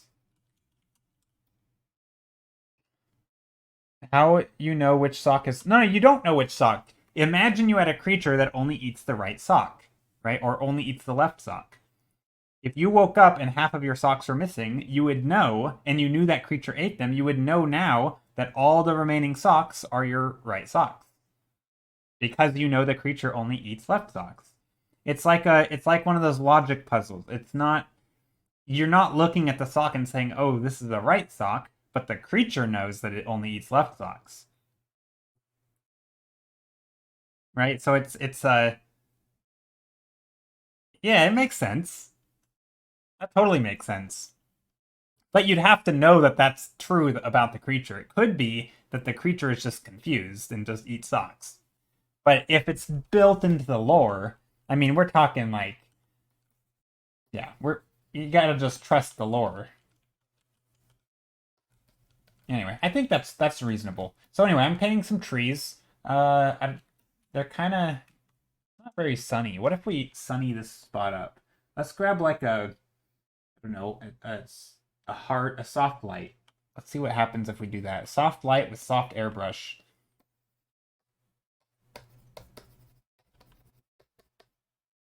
What if you only make right socks? Would none of, yes, exactly. Yep. If you only had right socks, none of your socks would be eaten. That would be how you would test if this creature uh if the facts around the creature were true, right? You would set up an experiment where you only have right socks. You would see if the creature eats any, and if they do, then you know that the creature was a lie, or that we've had misinformation. Anyway, if color dodge doesn't fix it, you haven't used enough. It's the gaffer tape of art. Yes, exactly. Exactly. The creature is often a lie. Yeah. Often. Oh, how I love the derailed. Maybe, see, just like the creature example, maybe it's not you derailing me. Maybe it's all according to stream plan that I bait people into thinking they're derailing me, which is actually just the way I conduct stream. So this is like my plan for today was like I'm just gonna have people pretend to think they're derailing me. It's all a big uh, and I say this only half jokingly. Obviously, I don't do that, but there totally are some streamers who kind of do that. Like they take a very like their tone and their attitude and tone on stream encourage people to like screw with them and say certain things and basically just give them content to react to just by the way they respond. And so they kind of encourage subtly they encourage the behavior even though they might say they don't. And then suddenly they have like an entire stream where they can just respond to chat. I don't do that. But I could. No, I don't think I'm clever enough, to be honest. Uh, that's not something that I try to do. Kind of looks like a snail.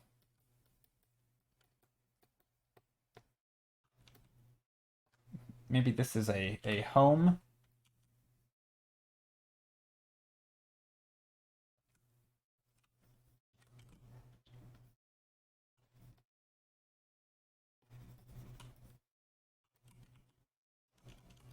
Hmm. I don't know what I want to do there. Okay, let's try something else. Let's this is gonna be a tower.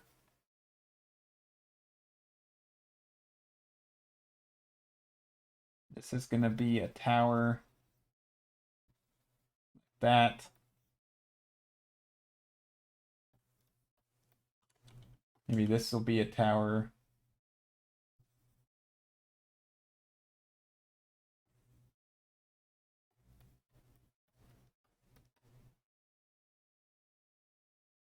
Maybe we'll put some things here.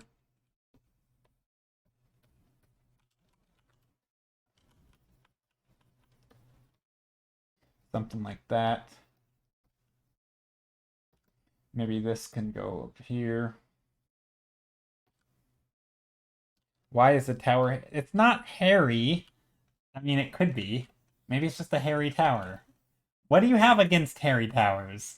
What did hairy towers ever do to you? Does the tower have eyelashes? The sock troll tower. Yeah, it's where the sock troll sits. I'm so confused. What did hairy towers ever do to you? You just come out hating on the hairy towers. Here, we'll even label it. We'll write it hairy.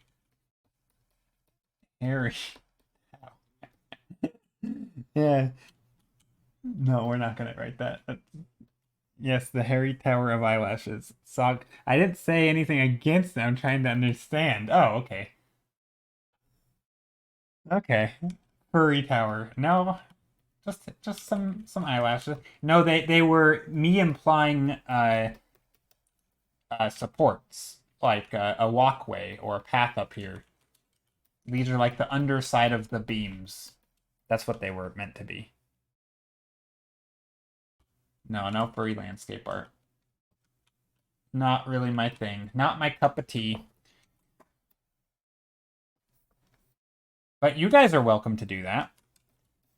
I mean, that this is the great thing about art, right? If you want something, do it yourself. After I say I'm taking requests, I'm like, you know what? You want something, do it yourself. This is like the parenting of like the I don't know how to describe it, but it yeah. If you want something done, do it yourself. It's the encouraging people to be proactive. No, there definitely are topics in art though that are like that for me. It's like if somebody wants someone to paint something that's really far out there, like that sounds like a perfect topic for you to paint, right? Because it's yeah. That's marketing on the whole new level, reverse psychology. Is it? Joe, you always do that. Do I? I always tell people to paint it themselves. I don't feel like I always do. I do take requests, and I do like to paint things that people suggest. If their suggestions are good. No. If their suggestions are things that I like, then I will do it. But like sometimes there's topics that I don't like. Sometimes there's topics that just don't fit the vibe of stream. And sometimes the topic just feels too hard for stream.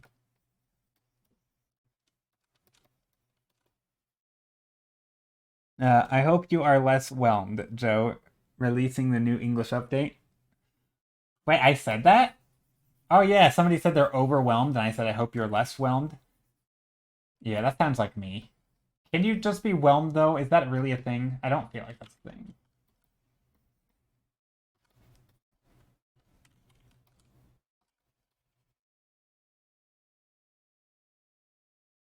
I like the uh, I think you can in Europe. Oh yes, yes, exactly. You can be whelmed in Europe.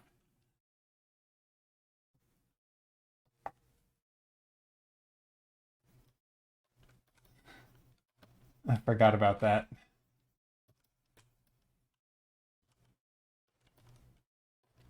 Do you remember that quote or not? I yes, I do. From 10 Things I Hate About You. I think that's what it's from. But yes, I do remember it. I do. I do. I think that's what it's from, right? It could be from something else, but I'm bad at remembering quotes from shows, or at least I'm bad at remembering what they're from. Sometimes I know something is a quote, but I couldn't tell you where from.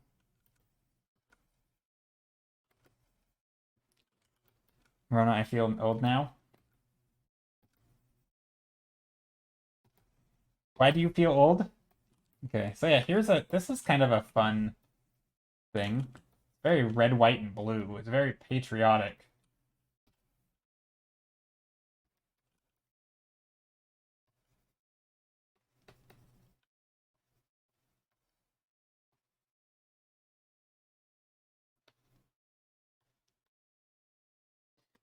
Some patriotic building or castle. I feel like I can totally put some architecture in here.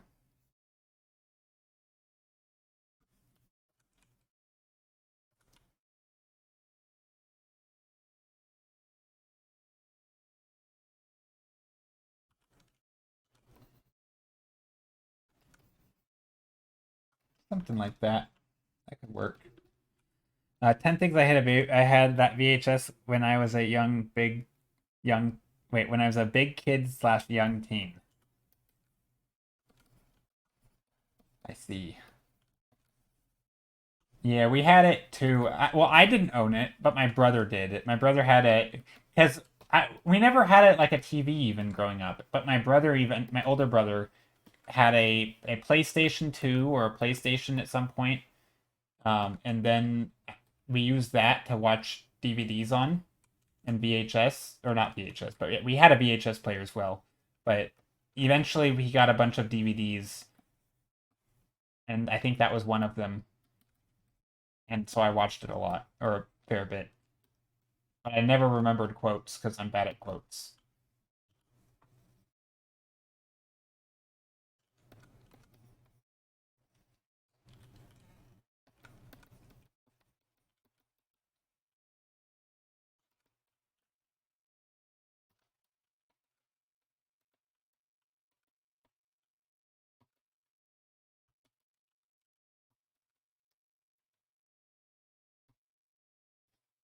Anyway, there's a little thingy. There's a environment.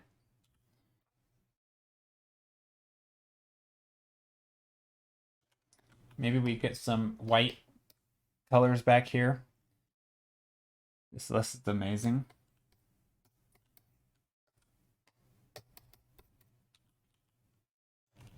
Hmm. I don't think I like that. What if I do like a color dodge? What about orange? Hmm, maybe not. Maybe that's too much. Could go like this. Nah, that's too much also. I think if we do put light on it, it's definitely going to be in the front area. That'll work.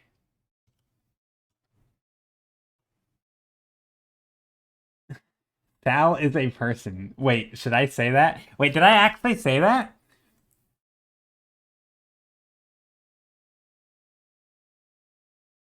DVDs weren't a thing when I got it, you feel? Okay. Yeah, I don't know. I don't even know what. I feel like it came out, what, 2001?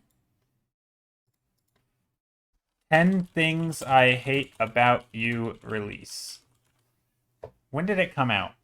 I feel like it's 2001. 1999. Okay. I was a couple years off. When did DVD release?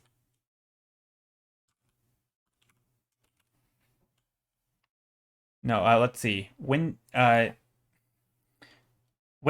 do I ask the question? DVD.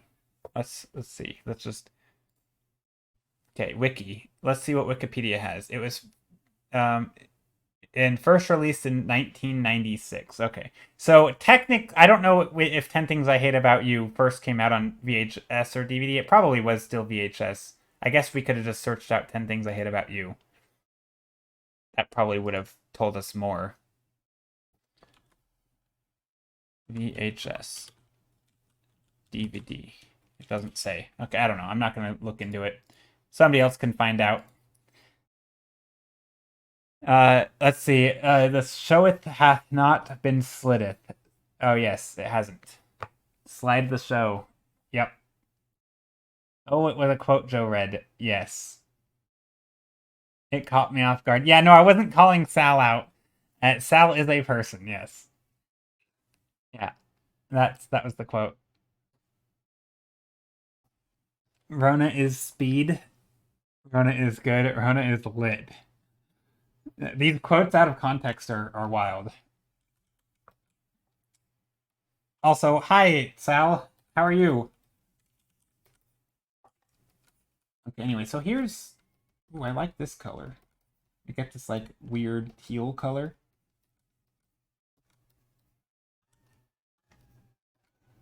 Yeah, that's a cool thing. Okay. So now, let's see. We need another environment here. Oh, countdown is done. Countdown has been saying it's done for a while. You would love to be, though? I feel like speed... Okay, this is my hot take. I think a lot of things in art, style, speed, uh, pretty much those two, maybe others, are basically a result of just like I mean, there are definitely different ways of painting that are slower and faster, but feel like within the same style, like if you don't change anything about the way that you paint and just the speed, I feel like oftentimes it comes down to repetition and skill. And you can only judge it against like your previous self, but I feel like it's not really something that you need to focus on, just like in style. That's my point. Like I don't think it's I don't know. I don't really feel like painting speed is the thing ever needed to be focused on, but instead it's more like efficiency and decision making and skill in that area where it's like I'm going to try to do things with as few brushstrokes as possible, or like I'm just going to be efficient, and then you might even by practicing you actually slow down by practicing efficiency, and then as a result you get faster. I don't think just moving your hands quicker or painting quicker as a I don't know. It just seems like a not a useful thing to focus on, but maybe that's just me. I see speed as skill itself, having the technique for line quality, color. Yeah, I agree. I agree. Friend. That's kind of how I see it too. It feels like I mean, again, to use the chess analogy, the way to get better at speed chess is not to practice speed chess, it's to slow down and study chess in long format so that you can drill the pattern recognition into your head and you actually learn it. That way, when you have to move quickly, you can just shut off your brain and do the right thing. If you're trying to just think things through in real time, you're not going to be good. You have to slow down. You have to practice. Yeah, I don't know. It's weird. It's that feels like the only way I know how to get faster. And I'm not claiming this from someone. I don't feel like I'm a super fast painter, but I guess I'm kind of fast. I don't know. Art Bishop, thank you for the follow. Speaking of chess, well, Bishop, I guess that has nothing to do with chess, but you get the idea. How are you, Art Bishop? Okay. 50 minutes, or I guess we have 15 to 20 minutes before we vote. Art is like chess, Joe. Totally. A good music analogy would be if you can play it slowly, you can do it quickly. Yeah, that reminds me of the two set memes. All whenever I hear that is all I think of is the two set memes.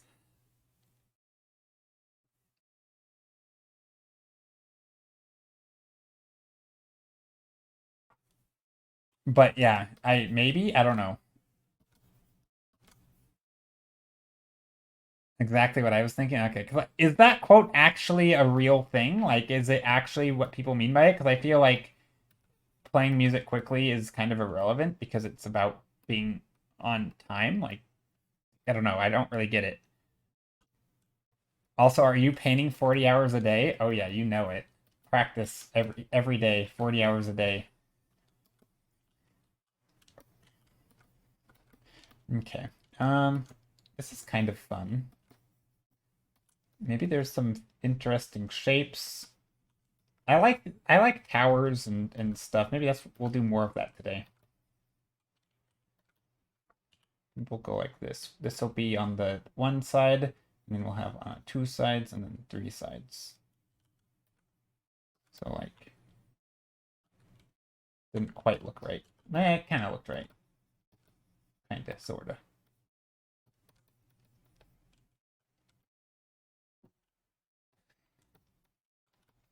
But yeah, I do think it's one of the gosh, there's so many things like this in art where I really, really do feel like the way to do the thing is to not think about the thing.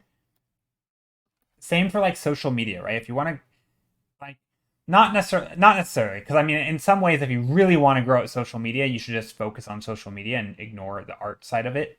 But in some ways, I feel like if you just focus on the art side in theory and you just keep on making stuff, you could grow at social media without really ever thinking about social media just by getting really, really good and making lots and lots of art, right? Obviously, you'd have to post it, but you know the content of your post, as long as you keep getting better and you keep making lots of art, like in theory, you wouldn't have to focus on it. Whereas if you don't focus on your art, obviously I'm talking about art Instagrams, right? And obviously, if you're not focusing on your art and you're just focusing on social media, you might actually end up taking longer to grow because your content isn't growing and you're not making good stuff, right? It's all just going to be low effort and you're not actually putting in the time to get better at painting, which obviously, again, you don't have to paint to get better at social media. Um, and I feel like the same thing with style, right? Style is a combination of a lot of things, skill, process, all these things. By focusing on just painting and learning and exploring and getting better, you will end up developing a style that is better than had you just only focused on style because your skills probably are gonna be. So I think I don't know that just to me there's just a lot of things like that where you I don't and you honestly disagree that okay an analogy would be corporate jobs just because you do a good job and grind hard doesn't mean you get the promotion. No. I agree. I completely agree, and I'm specifically talking about a lot of art topics. Not even all art topics, but I think there are a lot of and again, I'm not making the argument that everything is meritocracy and that just do really good work and you're going to succeed. That's not what I'm saying. But I do think a lot of them go, especially the ones that require time, like social media. Like there's no secret formula to make a post that's going to blow up overnight and you're going to have instant success. Like a lot of it's just time.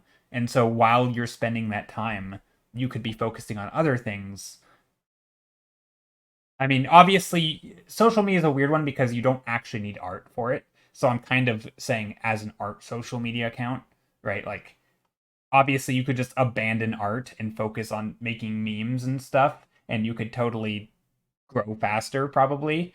Like art is irrelevant for social media, but in the context of what this my argument I'm making, I'm talking about as artists, right? Artists who focus on social media or artists who focus overly on style, or specifically those two things. And I think there's other elements in there where oftentimes the solution as artists focusing on those things, I do feel like, or another one is artists trying to get commissions, right? I see this one all the time on Reddit where people are like, I've just opened up my commissions. I've had it going for 2 months now and I've gotten nothing. What am I doing wrong? It's like, you can't just declare you're taking commissions and commissions start rolling in. Like, that's not really how it works, right? Like, just keep on making art, keep on putting it out there, keep on getting better and growing your audience or whatever, right? Like, it takes time. And I think there's this idea that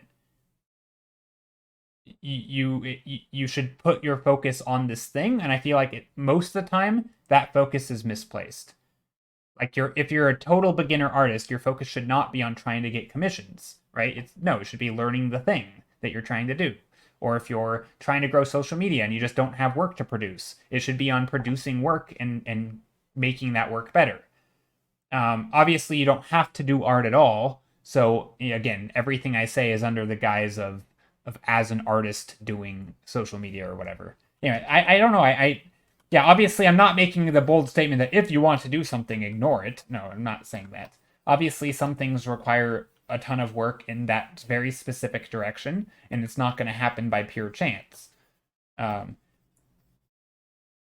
and obviously, not everything in art is based on your skill, and you can be very successful without a ton of skill, right? If you're just really good at marketing, you can do extremely well.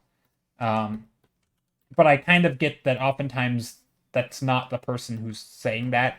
I feel like the person who's asking those don't typically say, I don't want to be good at art. I just want to have successful social media accounts. I don't really feel like that's ever the case.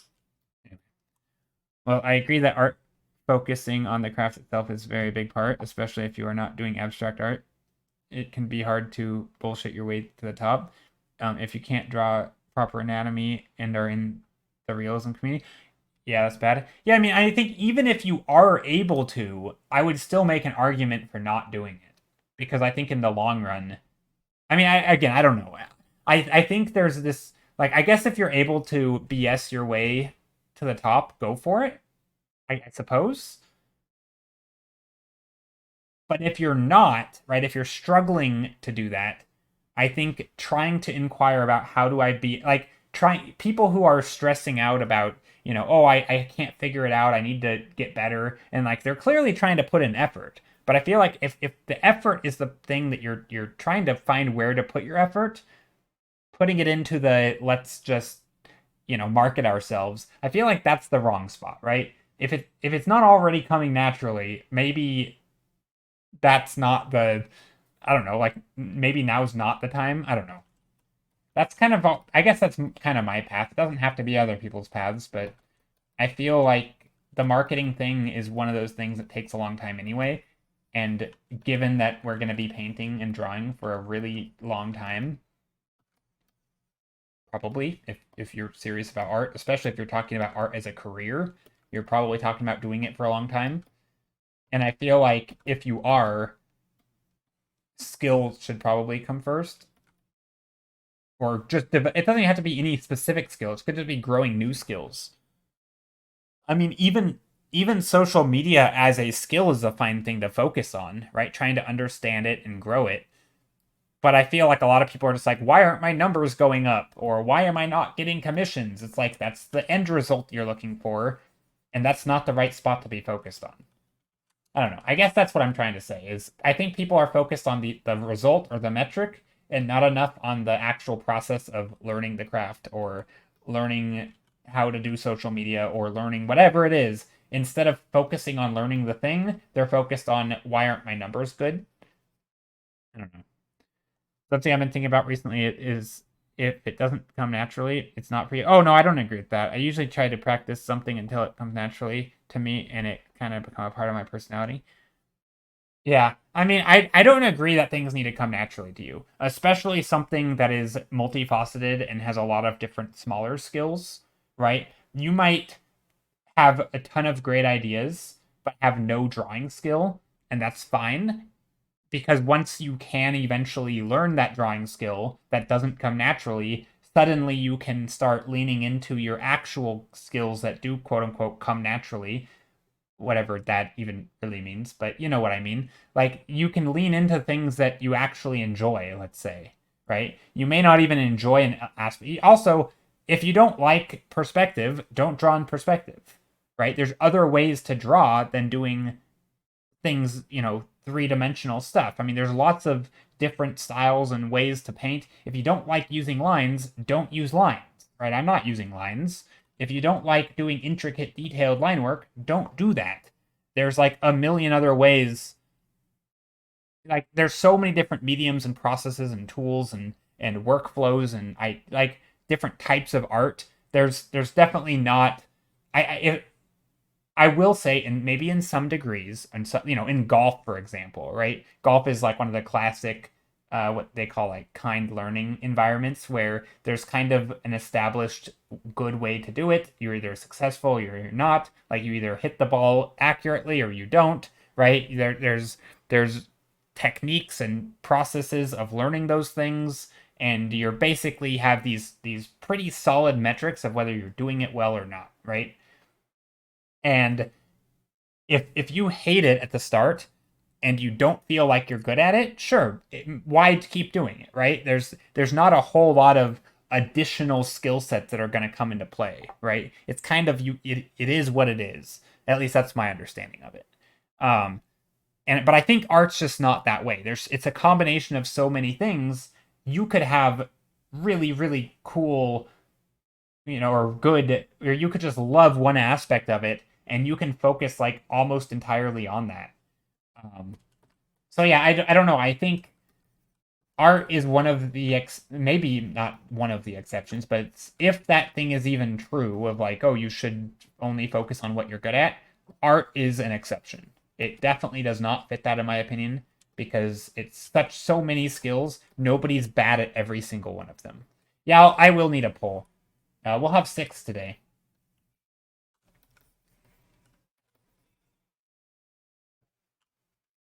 Yeah, no, I don't agree with this statement either. I just read this quote once where you were building yourself in your passion instead of finding yourself in what you are good at. Building yourself in your. Yeah, I mean, I feel like for most people those kind of overlap in like the midterm, like not necessarily in the short term and not necessarily in the long term, but sort of in the midterm. I feel like if you really like something and you're passionate about it, you probably will have the energy to do the thing, right? Like it's not going to feel like a drag to learn and to do the thing, right? Because you actually enjoy it. And similarly, if you really, really are feel like you're great at something, I don't feel like you're typically going to hate every moment of it. And if you do, again, in the midterm, but after you actually do it for a few years, I feel like the people who actually love it are probably going to surpass you. Not always, but I do feel like a lot of the times the things that you actually enjoy end up being the things that you're good at. Like I don't think they're typically too different. But I mean, I think it's not bad. It's funny that you worded it like that, though, Ellie friend. The build yourself and your passion, because I actually agree with that. I agree that you don't have to have the passion at the start because I think you can grow your passion. You can learn to love things through investment of time and accumulation of knowledge and experience. And depending on what sort of drives you, sometimes there's things like, I mean, take painting, for example. It's not fun to make art that isn't, that you don't feel like is good. Yeah, I'm ranting. Yeah, I'll let you know, Sal. It'll be just a couple more minutes of ranting. Um, but I feel like if you're doing painting and you're not able to get results that you're happy with, of course you're not going to enjoy it as much, right? If everyone tells you that your art sucks, you're never going to be happy. Like that's going to make you miserable. Or if you you know, I don't know. I think there's obvious things that as you get better and as you learn more and as you invest time or as people acknowledge your achievements, there's certainly things that are going to make you a little bit happier. I mean, and enjoy the thing more. Now, you shouldn't derive all of your enjoyment from other people, um, but to not acknowledge that that's an element of it feels absurd.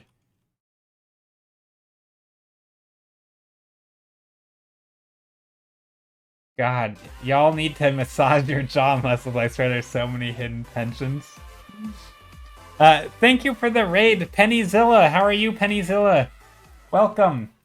So yeah, I don't know. I feel like those two things, I don't think either one works for any one individual. I don't think you can just say follow your passion or do what you're good at. I think for most people there's overlap. For many people there's not.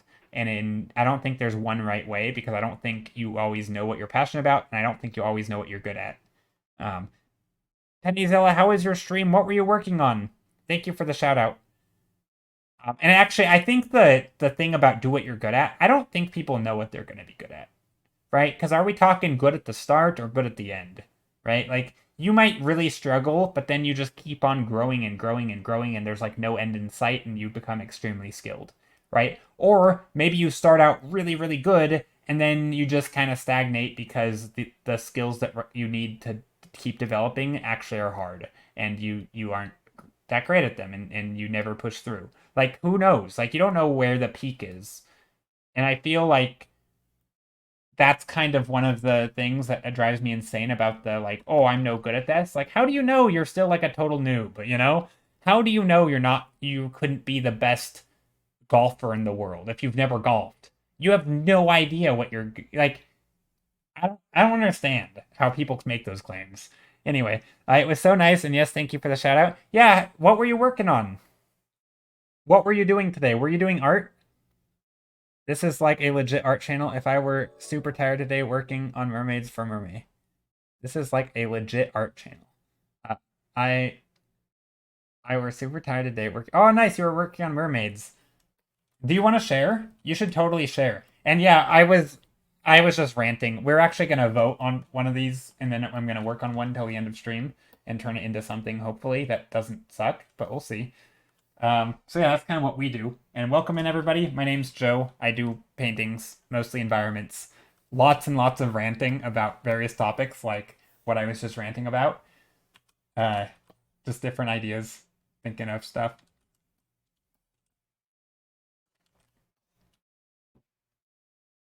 And all right, Sal, you can drop the link if you'd like. Excuse me, this is a legit art channel. Love the thumbnails. Aw, thank you. What do you mean this is as opposed to non-legit art channels? Excuse me? Are you saying like your channel's not or other people? I don't know. I think they're all legit art channels. What are you talking about? What are you talking about? But thank you. Thank you for the kind words. I appreciate that to know that my channel is a legit art channel as opposed to an illegitimate one. Um, no, I do appreciate it. Let's see. Let's turn off this. And then I'm gonna brush these so you can see the text. There you go. Joe literally attacking brand new people. I'm not attacking. There's no attacking. I understand what you mean, Stiller is art. Okay, let's take a look. A link here is what we're working on today. Ooh, let's take a look. Yes, I'm over 18. Why does it need my age? Oh, this is adorable. Okay, this is legit art. This is amazing. This is so cute. I love the pillowcase on the fins, or as the tail fin. Look at this. Okay, I'm gonna share, so we're not gonna be able to vote for a second, but look at this. That is so good. This is beautiful. Talk about legit art. The sock, yes, it's so good. This is amazing.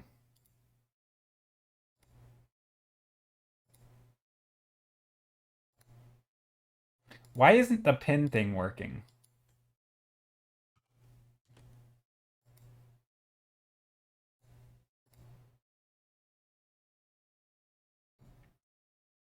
Left and right sock. Yeah, the left and right sock. No, that's really cute. This is so good. I'm just so sleepy. My perception of everything is warped. Oh, that's probably why you liked my art. Just kidding. No, but thank you. Thank you for coming in. Thank you for bringing your community in. And yeah, we are voting now. If you'd like to vote, please do. Also, I don't know why I can't change the time on the Twitch stream. Let's see. Can I pin this? I don't see that. Oh, here it is. I'm going to change this. Unpin after 6 minutes. There we go. What do you mean the pin isn't working? I tried to set the time for 7 minutes and I couldn't adjust the time. No, so you because the default is 20 minutes, I think, and I always try to set it to 7. I don't know. 7's just like the time that I normally have. But anyway, I readjusted it to 6 after a minute of struggle. But yeah, Pennyzilla, that was absolutely adorable, and thank you so much. Here, I'm gonna click. Let me follow you because your art's super cute. There we go. All right. All right, all right, all right. So yeah, which which one's winning? Let me just click on this. I'm gonna vote for one of those and 2 of those. All right, so there's 2 of them that I'm gonna vote for. Validating. Show result. All right, so 7 people have voted. Number 4 is currently in the lead, and number 3 is trailing. I hope the Mushroom Castle wins. That's not a Mushroom Castle. That's just a castle of some sort. Not mushrooms. But yeah, they will turn them into something. I don't know. We'll try to channel our inner Rangia or something today if we end up going with the castle. Who knows? I don't know what we'll do, but we're going to figure it out and hopefully design it into something that's fun. I'm kind of hoping number 6 wins. But yeah, speaking of the poll, where is the poll? It should be at the top.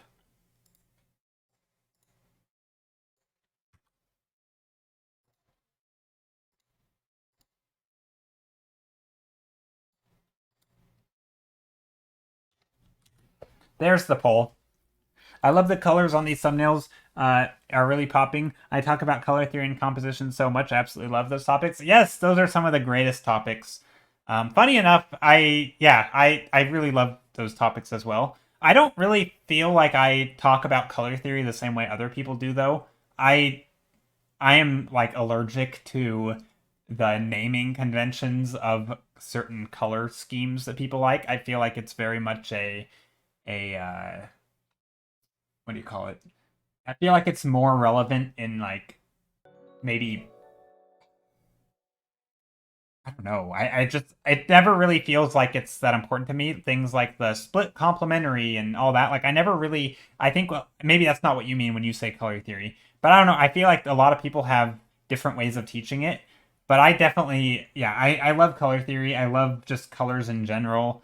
Think I typically lean into the more like warm and cool or saturated with a or desaturated with a little bit of saturated and using with like blending and painting. So oftentimes limited color palettes where you're mixing your colors together to get new colors and they just kind of naturally harmonize and that kind of thing. Like that tends to be where I go with colors. But yeah, it's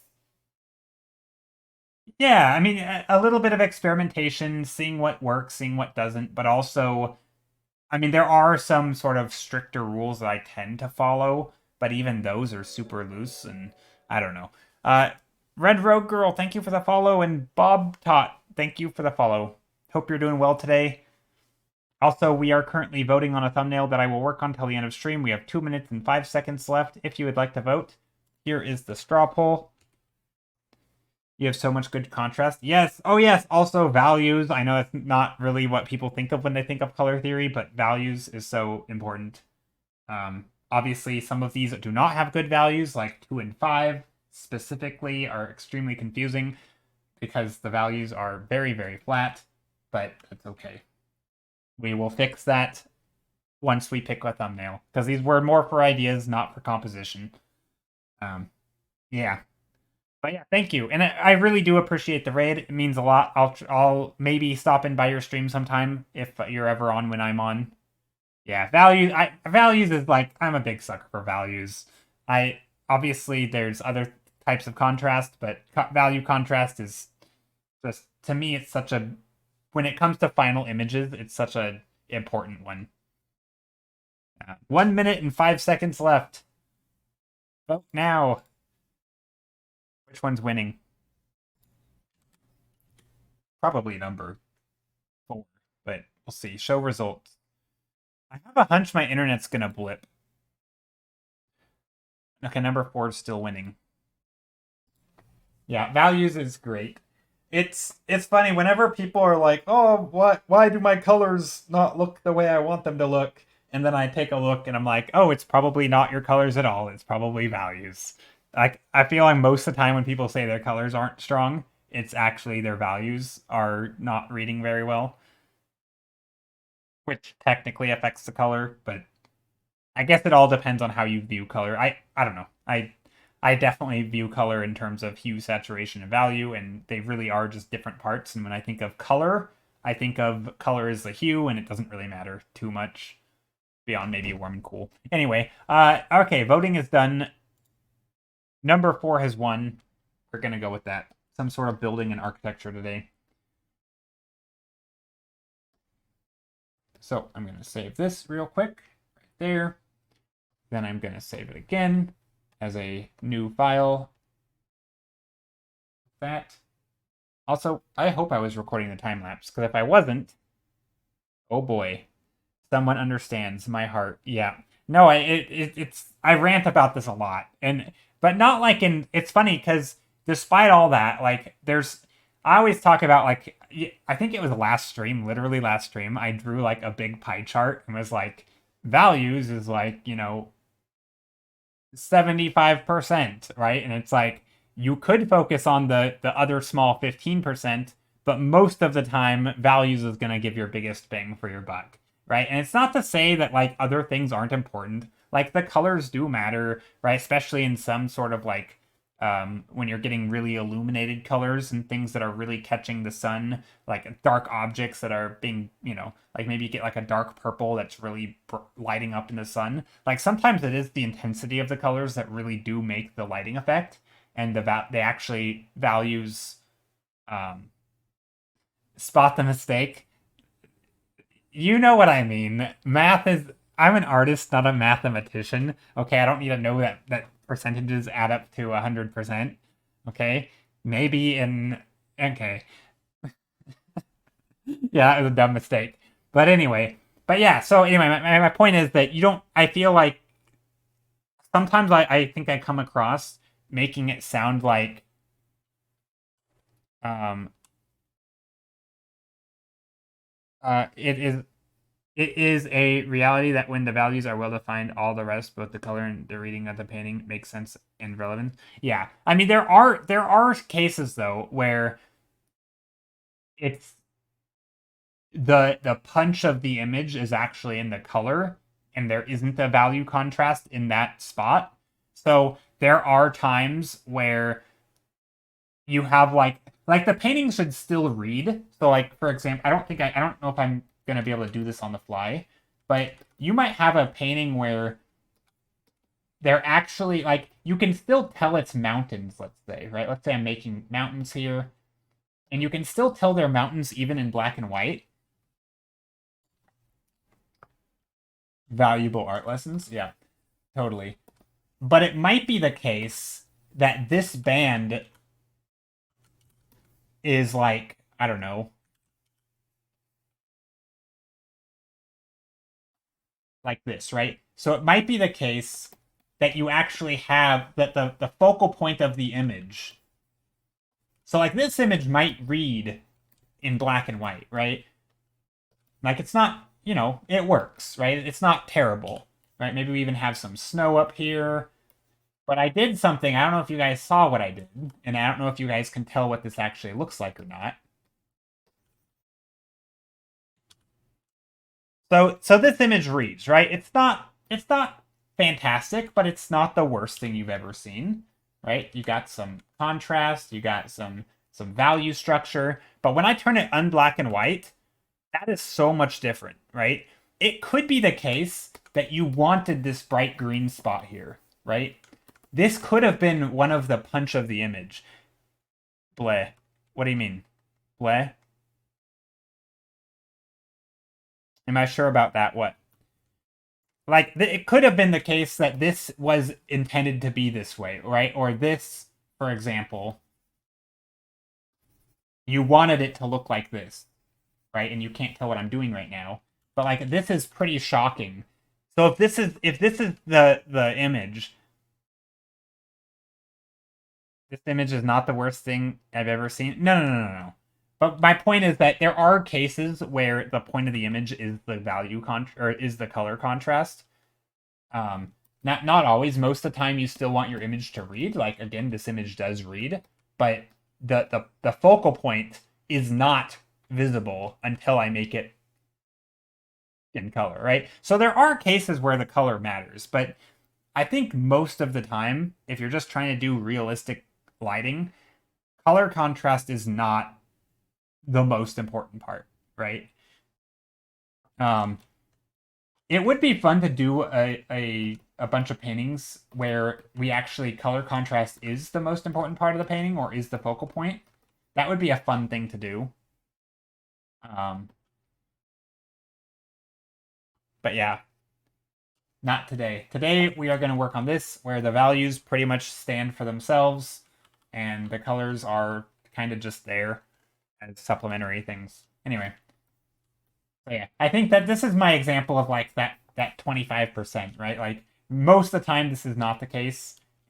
But even then this stuff is still important, right? Without this stuff, it would look terrible. Okay, anyway. Back to this. I should probably save that. Whatever. We don't need to save it. Who needs to save our paintings?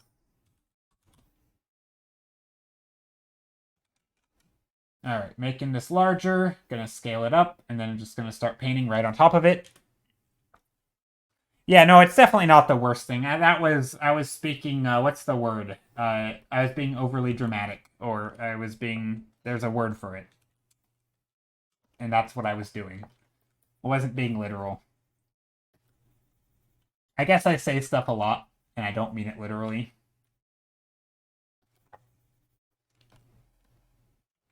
Thank you for the love. I've been sticking around because I'm absorbed by the theory talk, but I need to get. Yes, go get some food. You just had a stream. Theatrical, maybe theatrical.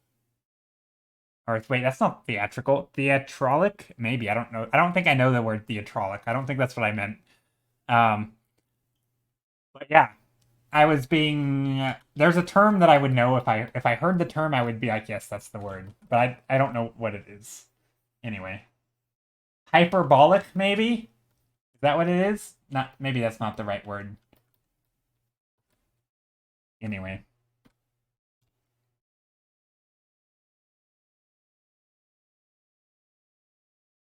Theatrolic? I don't know what that word. I've never heard the word theatrolic. Have a nice time. Thank you. Have good food, have good rest. Thank you for coming in and bringing your community. I appreciate it. Okay, speaking of self-care, I need to drink some of my tea. Whoa, I almost dumped my tea. I almost pushed it off the corner of my desk. That could have been disastrous. Hmm. I should probably move over to the thumbnail screen. There we go. Observer. No. Stop. Stop your trolling.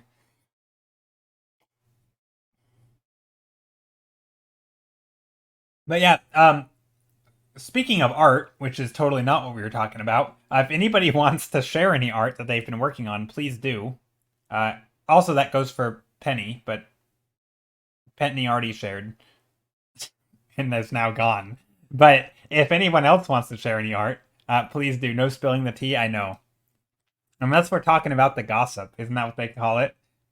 The youngins, they call it spill the tea, which is like, give me the details, or spill, or gossip. I think that was a thing. Is that still a thing? I don't even know. God, I'm such a boomer.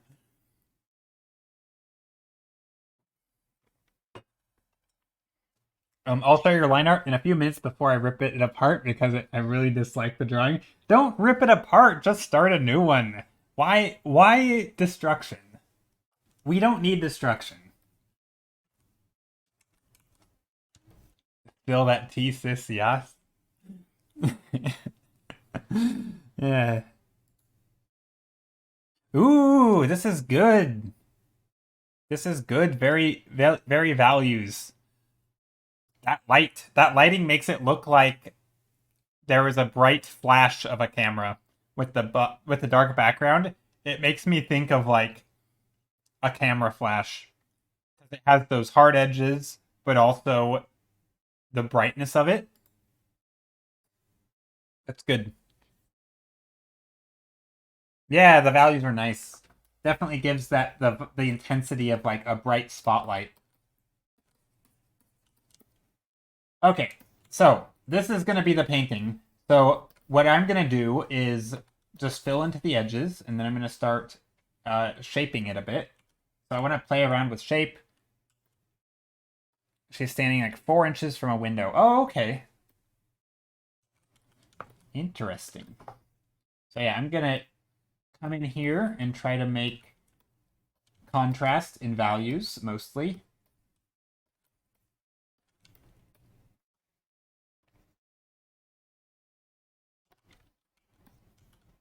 Also, I think that what I want to do is really change the scale of this. So this is something I don't actually have a good process for this. And so I'm just going to use a lot of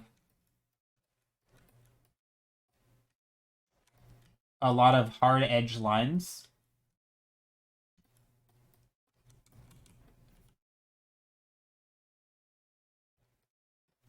Like this. Some are going to be hand drawn, some are not. And basically what I'm going to do is just try to add a lot of little details that can help my brain wrap my head around sort of the dimensions, the scales. Maybe I'll come in here with different shapes like this and add on little parts like this and little parts like that.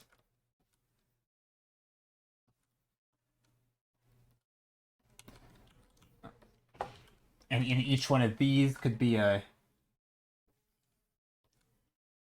like ornaments or something. I don't know. Basically, I just want to add details, or not details, but like implied details, so that my brain can work with the scale. Because right now, I think this sometimes what I do is I gravitate towards certain scale of like big, medium, small shapes, where it just kind of tricks my brain into thinking everything I paint is the same size. And I don't want to do that, right? I want stuff to feel like it's substantial in size. So I'm going to add little shapes over here.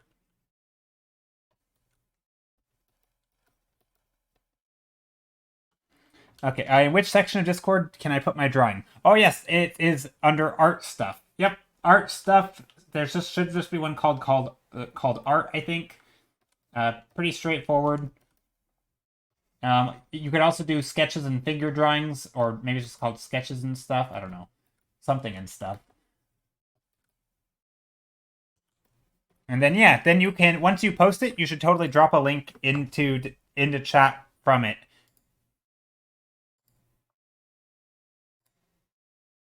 Ooh, this is taking a moment to load. Oh, okay. Well, I feel like I have to flip it or tip my head sideways. Thank you for the follow, by the way. Zep, how are you, Zep? Oh, I like this. What's wrong with this? What did you say was wrong with this, Ellie friend? I don't think this is too bad. This isn't bad at all. It's hard to tell because I have to like turn my head sideways. Um, yeah, you got some perspective going on. I don't know. But I mean, like you said, if you don't like it, you can always just start something new. But yeah, I wouldn't rip it up. I think it can be fun to keep stuff. Void Lord, how are you? Thank you for the follow. The lines are too shaky. Yeah, sorry, it was too lazy to post it properly. No, that's fine. Oh, see, I don't get that at all. That the lines are too shaky. I don't think that's an issue. I think that's an issue you're seeing and not us.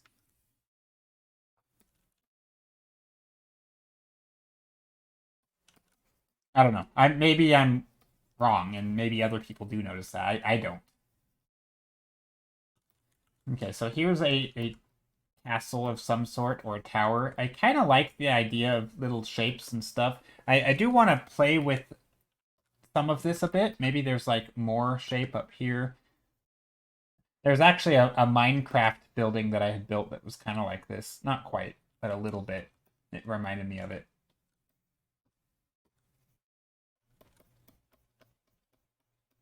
But yeah, here's a I don't know, tower. I don't know if I like that thing on top. Maybe it'll just stay this shape. Or maybe we could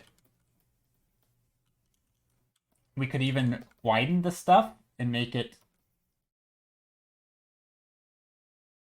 something like that. I don't know, just like basically making these structures wider. I don't know about this top structure though. I feel like it's not necessary. The way the tiger is singing, only you. By the way, the tiger is singing only. Oh, I missed something. Uh, what did I miss? Oh, I don't think I saw yours. I didn't look in Discord yet. I was gonna, yeah. Oh, the tiger. No, that's so cool. I love it. My drawn disc. Yeah, I see it now. I see it. That's really nice.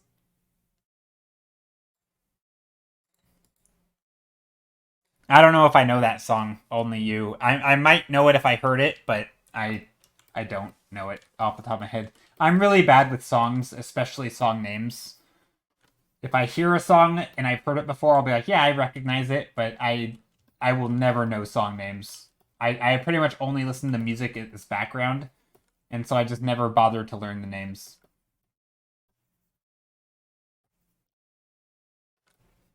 Honestly, I'm pretty bad with art names too.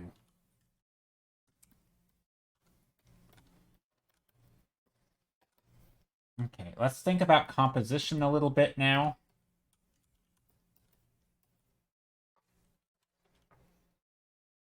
We have this thing.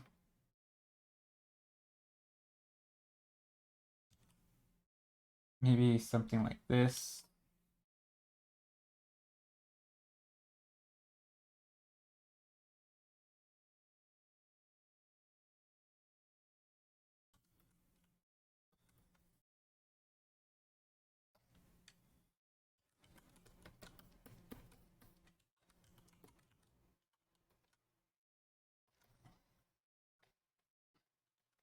Because this is going to be... So because of the scale of this, I'm going to try and make this a little bit more...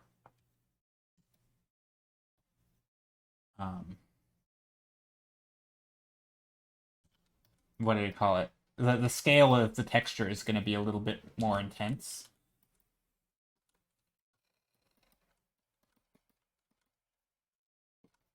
This one can come up there. And this one can go down here, maybe.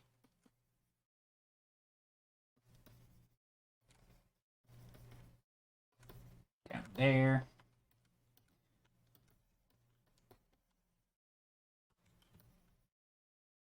And then maybe that has like a wall or something down here.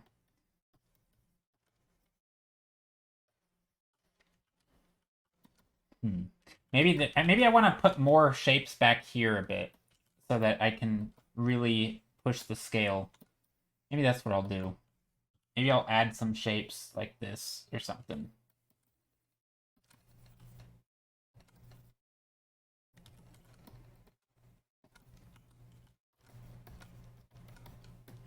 Maybe this is going down. What was that lags or was it just you? I don't know. I don't think I lagged. I think it might have been you. I mean I didn't drop any frames, at least not according to Streamlabs, but it could have been me. I wouldn't surprise. Whoa! I just goofed my image. Okay, let's try to change this composition. Let's go. Let's figure out composition. Do I want this over here, or do I want this over here? I think over here. But then we're guiding the eye off the page. Is that okay? If we go over here, this actually isn't bad. But then to bring the path out here more.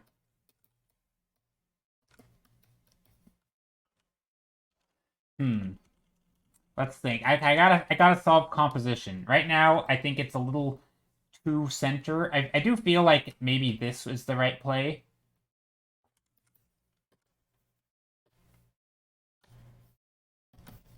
Let's try it. If not, we made a duplicate, so we can always go back. And maybe we can put another one over here. Maybe this one can be darker in the foreground.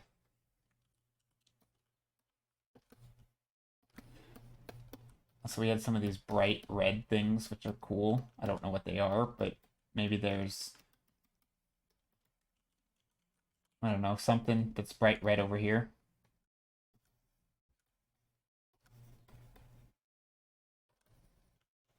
Something like that.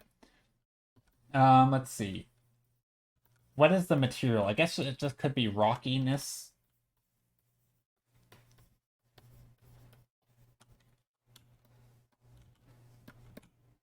I feel like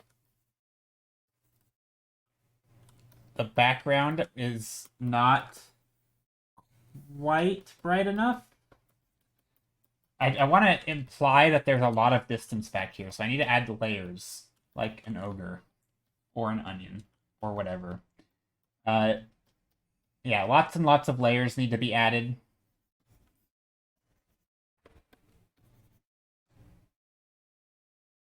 And the reason is, and the way to add layers is to basically add contrasting values. So for example, if I want to add a mountain back behind this one, I just pick a color that is darker than this color, or sorry, lighter than that color, but darker than that color, right? So you're picking a middle value.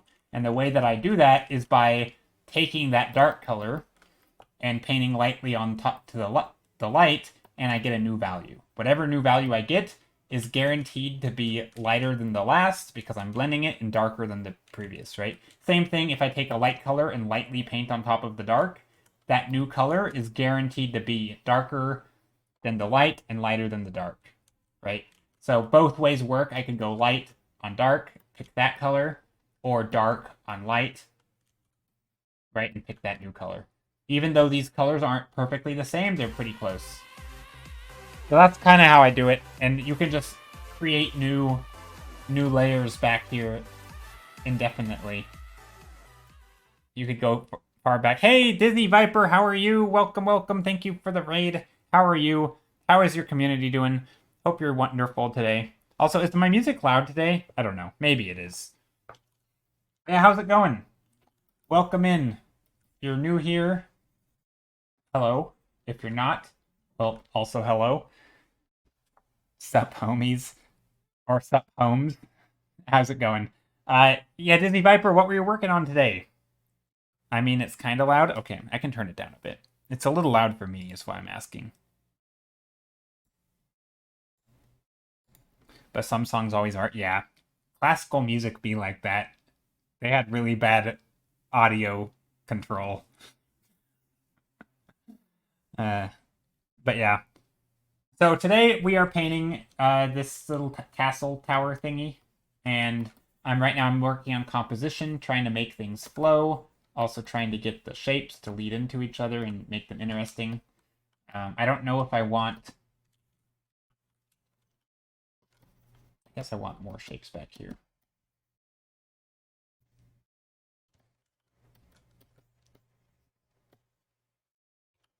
Yeah, I'm kind of making my Minecraft face. I literally made something like this in Minecraft, and then they had these like terraced stairs or steps. I don't know if that's what this is gonna be. And then that was kind of cool because it sort of... Maybe this will be a little lighter. Making it darker right now, but lighter. We want Mozart plus Cardi B Symphony. I feel like you want Mozart and Cardi B Symphony.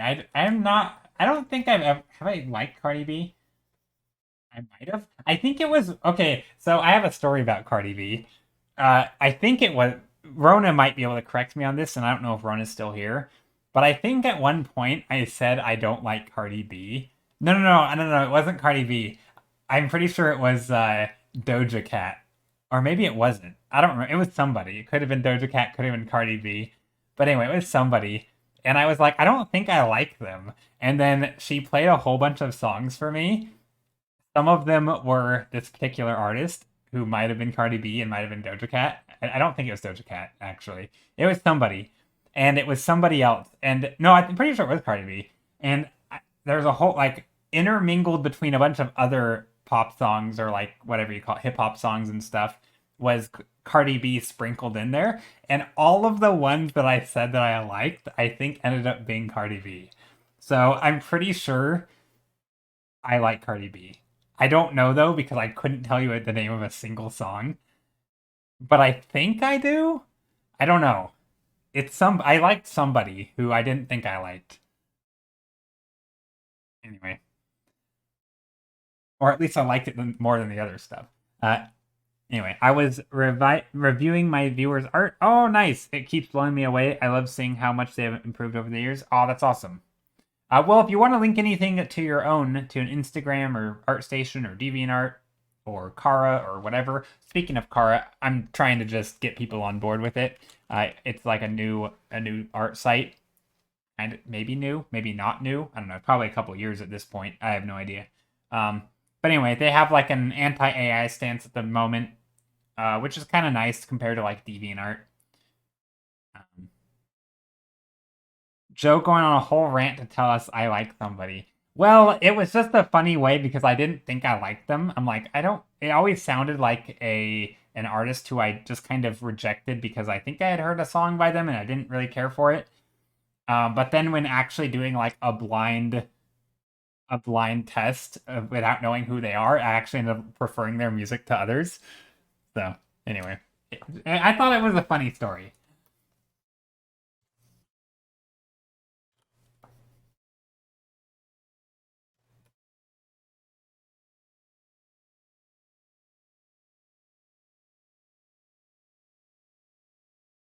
Maybe we'll go a green.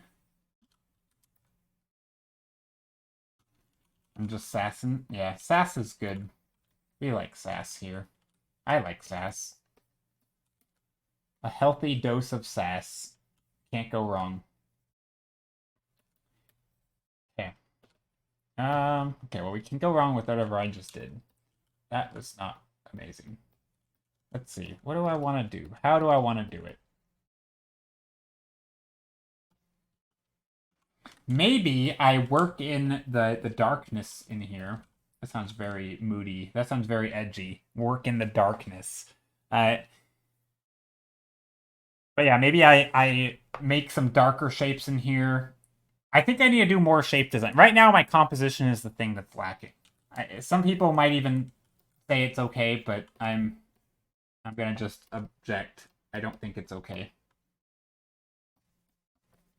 So let's add in some darkness, maybe some dark shapes along here.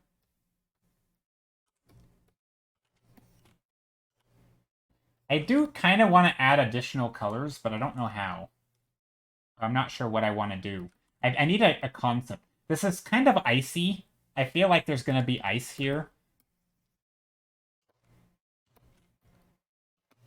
But what are the red things? Maybe they're like flowers and... We getting edgy Lord Joe back? Maybe. It's kind of the backstory of my stream, is me being very edgy. One take additional color to apply. Yeah, I mean, I could do that. That is a... So I guess I could show hypothetically how I would do this, because some people might want to know how to add additional colors into a color palette that is already established. So how I would do that is pretty much exactly what Neo just said, is just take a color and start applying it. But I would apply it with a light touch, and I would mix it in. So for example, if I wanted to apply green in here, which I don't think I do want green in here, but hypothetically speaking, right, I wouldn't just take a green like this and just start putting it in. I mean, I could do that. But I would take that green instead and start mixing it into stuff. So I might mix it into here. I might mix it into here. That way I would have some of the green would be like this color, some of it would be this color. And as I mix it into the darker tones, I actually get these new colors that represent the green, even though this one is now actually a blue. It looks green, right? And then I might get greener greens. Maybe I would shift the green into the yellows or something up here, right? And then this would be mixing in with the brights. And so my bright green would be next to my blue green, and it would look okay because I would have this color, which is not that green, versus this color, which is literally blue, and they both look green. And so I could paint lights and shadows, and basically as I start mixing them, right, as I start getting all this green in here and there and all everywhere, and then this green would get there and everywhere, suddenly the color palette starts looking okay because I've mixed it into the colors, right? I didn't just take a bright green and start plopping it in. So that is the way that I do it and try to maintain the values. But I don't think I want the green in here. I don't think I like that. Thank you for the follow, Planet 9 Visuals. How are you? Welcome, welcome. Hope you're doing well today. What do you mean by backstory? Just Joe lore over the years. What do you mean? No, there's not like an actual backstory. But I mean, when people create memes and stuff, and there's lore, like history of the stream, the stuff that's happened, you being edgy is not backstory, that's just a general thing. Oh, please. Oh, please. I am not edgy. I mean, if you insist. I don't think so, but, agree to disagree. It's okay to be wrong. Joe lore. Yeah, I think it's more like Joe lore. You guys are funny. You crack me up. All right. So yeah, let's see. I think I do want to focus more on just shape today and composition and try to come up with something that's interesting. It's okay to be wrong. Yeah. Joe is also cowboy K-pop idol. Yeah, see, exactly. It's all in the lore. But to claim that I've always been a cowboy K-pop idol would be silly.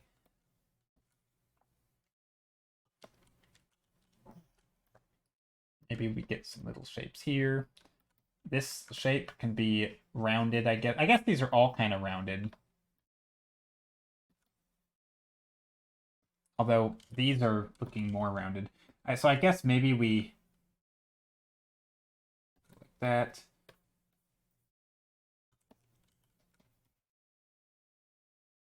I'm gonna try and contour these in such a way that gives us a little bit of indication into the forms. So this is gonna be round.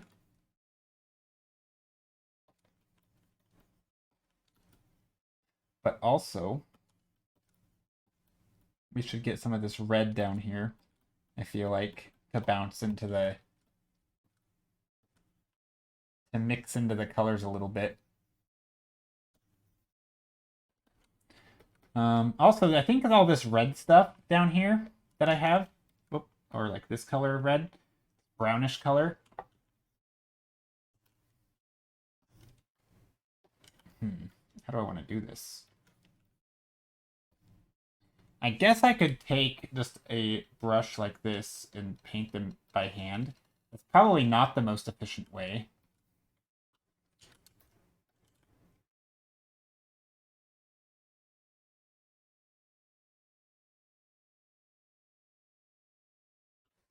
But this is definitely an opportunity to do a lot of interesting shapes that stick out here.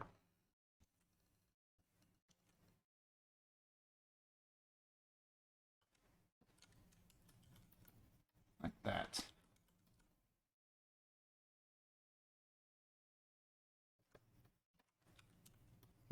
Do I like that? I don't know.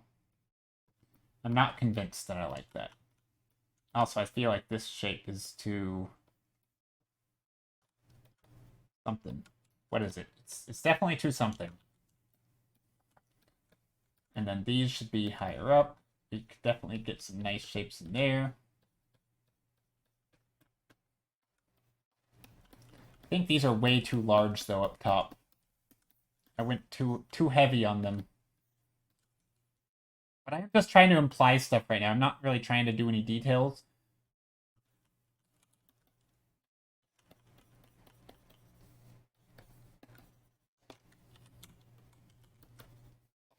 Anyway, so that's kind of cool.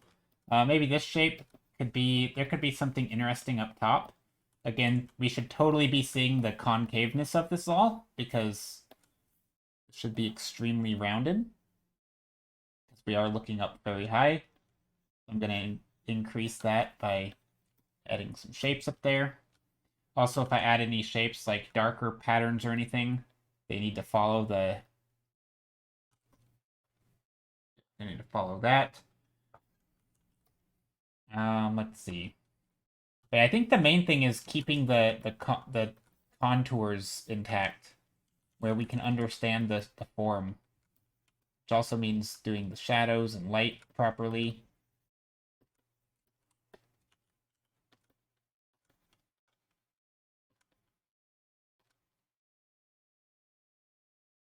There might be able to be interesting shapes like this. So, for example, there could be like a little bump out where we have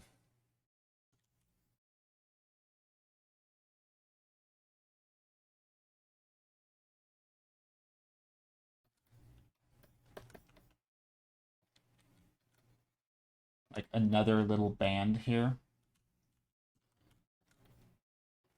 And then this one,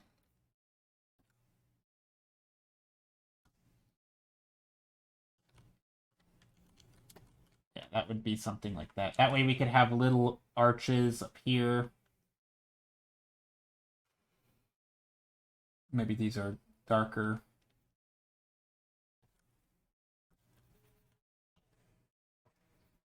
Or something. I'm just trying to make little shapes in here just to imply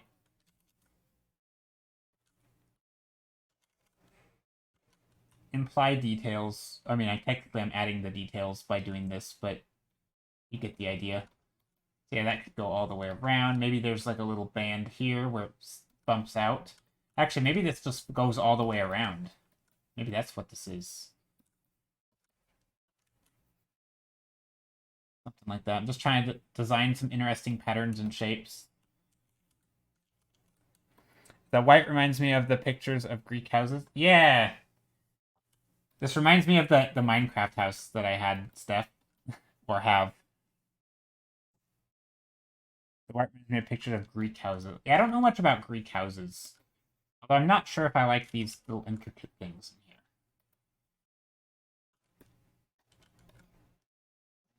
Yeah, it's very Minecrafty. Yeah, I don't like that shape, though. I think that's something.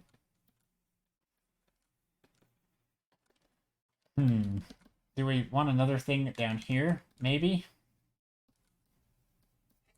I don't know. But yeah, it's maybe a little Greek.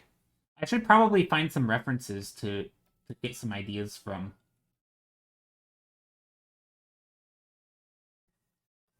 That would be a good idea.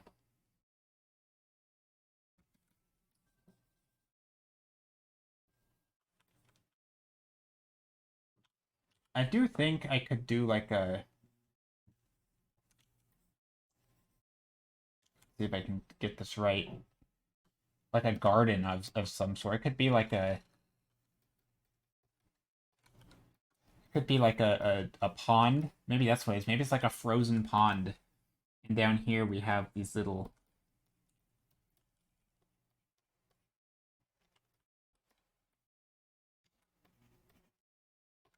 things sticking up.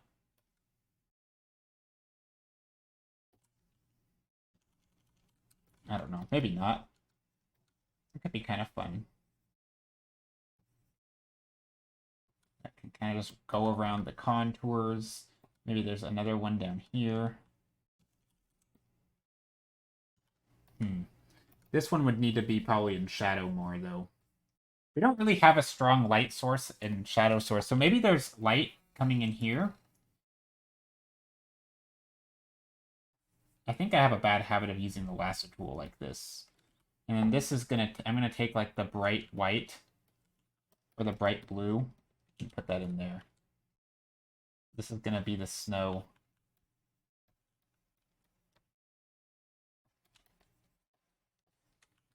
Maybe that's not good. Hold on. Oh, I gotta undo all that. I love how this is looking both ancient. Yeah, I appreciate it, Neo. Okay, so I goofed up. I literally can't undo this, but I can just paint over it. And then I can make a new layer. And then I can repaint over it. So I do like the color, but I'm not sure quite how this is going to work. Because this should be... These are in light, then that's... I'm not sure how that's going to work. I don't want it too bright. I don't know if that's going to work. Let me find... Let's see. So this is where the light is. Let's bring in this orange, bright red up here.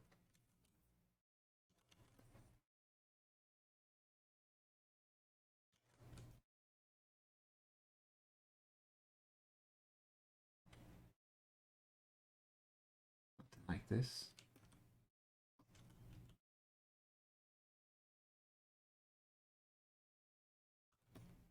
Okay, so that side's more bright, which makes sense because that's where the sun is. This side is going to have brighter highlights, which also makes sense. Maybe we get the shadows coming down here from the mountains. Maybe there just isn't any bright light. Something like that. Are we trying to get... I don't like doing these little detailed things, but I do think they can be important. Oh my, I missed the whole stream. You haven't missed the whole stream. We got plenty... You hardly missed a thing. You got time to be here. Anyway, how are you doing, Majar? How are you doing? Also, I'll put this on YouTube eventually. With all my rants and everything in there. And every time I talk about the music that you won't be able to hear. That's one thing I forget, is that people on YouTube will never be able to hear the music because it's not in there. And so... Yeah. Anyway, maybe there's other little towers back here that are going to be sticking up that we can't see. And so there's little silhouettes. This.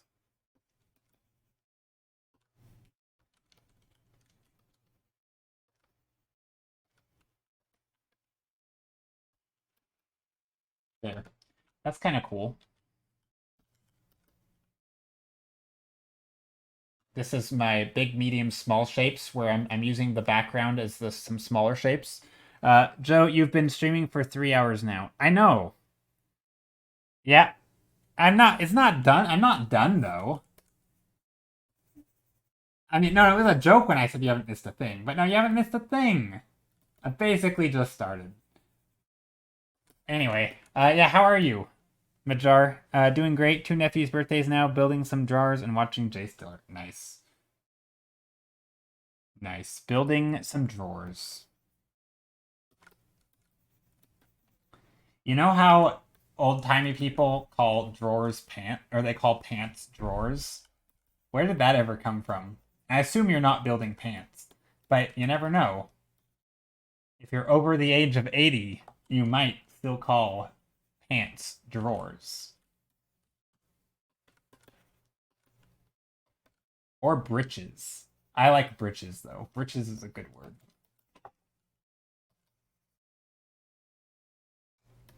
I'm 106. Alright, so you probably do call pants drawers then. So are you building some pants? Why would someone call pants drawers? You've never heard that? Oh, people totally call pants drawers. Someone confirm what I'm saying and tell me I'm not insane. People totally used to call pants drawers. I think my grandma calls pants drawers, or she used to.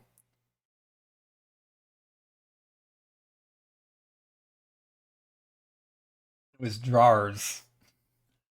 I assume people in the id span are not as likely on the internet with a big R, which is all my English input. I see. Drawers is underwear, Joe? Oh, is it? Okay. Either way, they're still they're underpants. They're a type of pants. I stand by what I said. They're still a type of pants.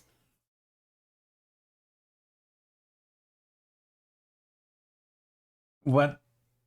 Well, that and the friends I make over the internet, uh, which is all of my English input. I see. So yeah, well, you probably are better at English than I am, to be honest. I kind of just say words and I hope they're correct. It's Victorian Edwardian underpants for women.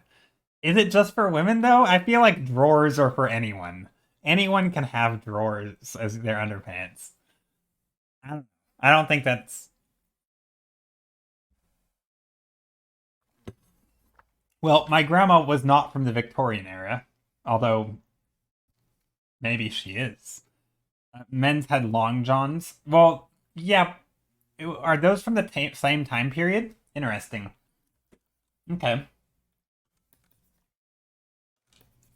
Wonder why they'd call them different things.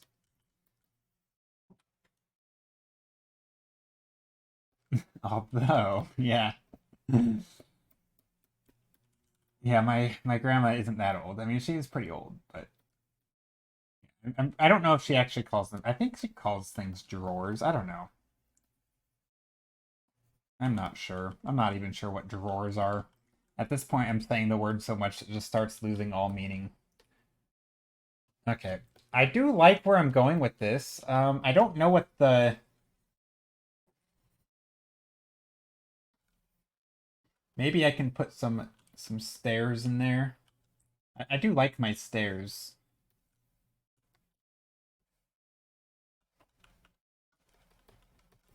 Something like this. Hmm. What are these? What are these plants? Maybe we put some plants in here. I do feel like I need to do some rendering on the rocks. Let's see. Reds. I'm gonna type. I'm gonna Google red plants snow. Red plants snow. I feel like there's snow plants. Images. Oh yes, red plants in the snow. Perfect.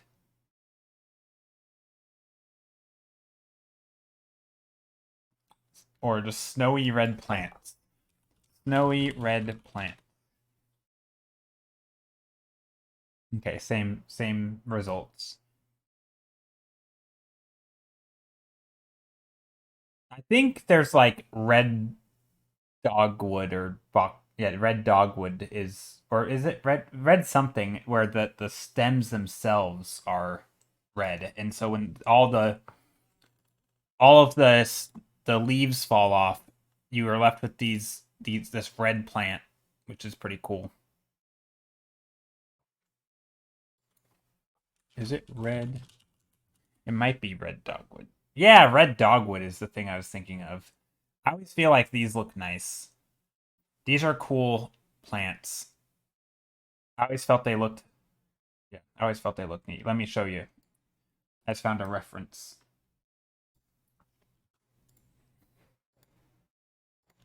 There you go. So these plants are, well, I always thought were cool. They just, I mean, they're simple shape. They're a woody plant, but they have leaves and stuff in like the summer. But it's called a dogwood, DOG wood.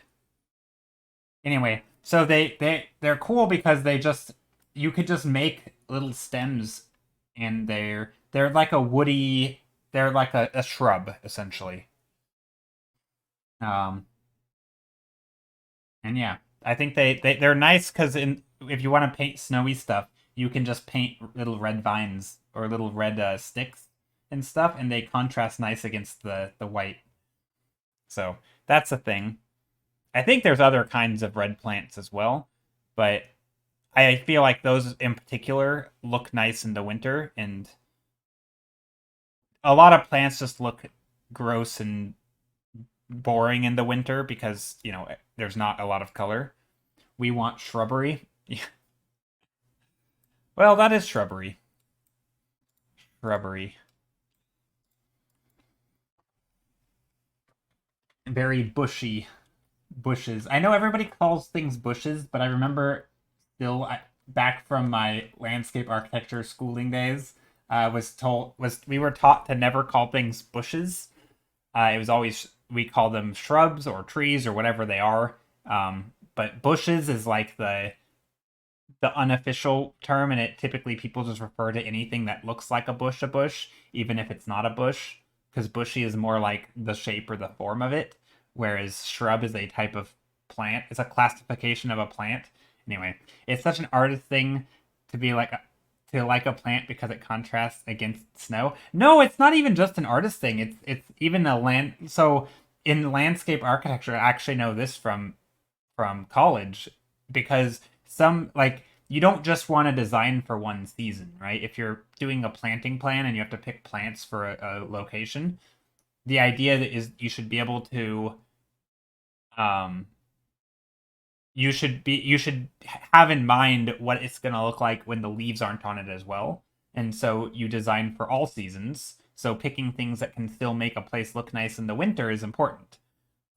Because people might visit that space in the winter as well. It depends on what the space is, of course, and it depends on where you are and what the climate's like.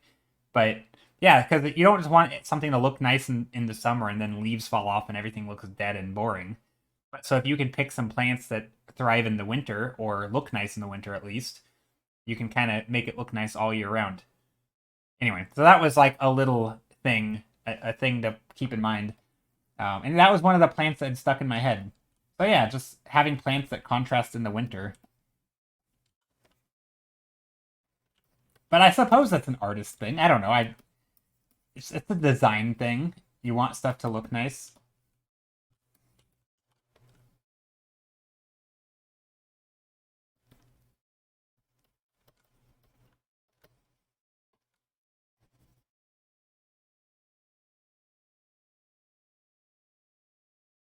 What are we talking about, Observer?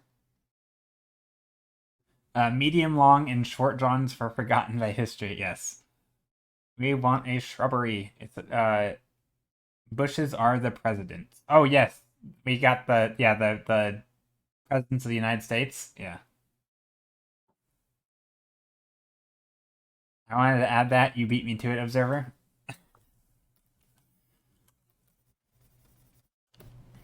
You guys, this is a family-friendly stream.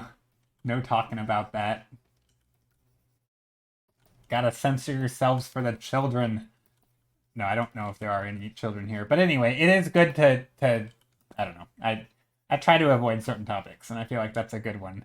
Joe putting on his spectacles. I don't know what that word it means. Yeah, I can't say I know what that word means. Never heard it in my life.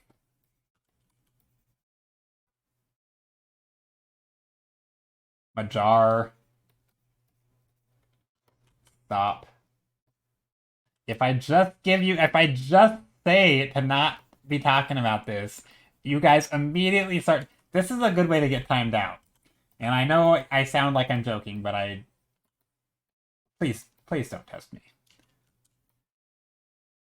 Septic glasses. I don't know what that is. I don't know what septic means. We're Henry.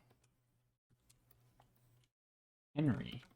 I'm so confused. Spectacles. I know what spectacles are, i.e. glasses. Yeah, but it's skepticals. Do you mean spectacles? I know what spectacles are, but spectacles is that a spelling of a different way, or am I confused? I might be confused. Skeptical, like being a skeptic.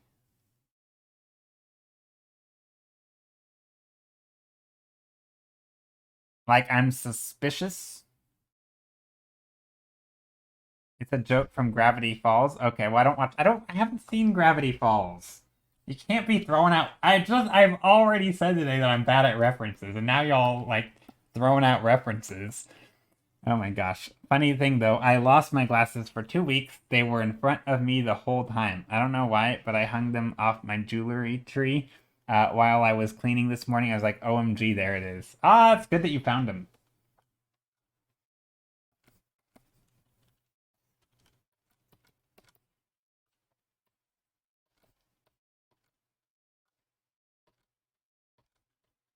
Yeah, it's good you found them, stuff. Okay, so I like these shapes down here. I'm gonna mimic them.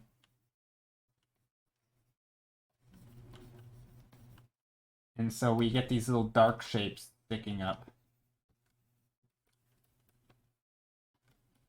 And these dark shapes are gonna be representing the rock. So we have this dark rock up here.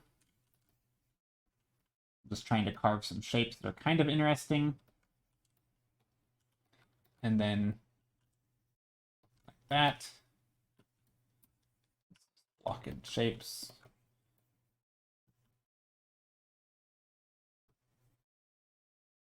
This can be rock. This could be more snow.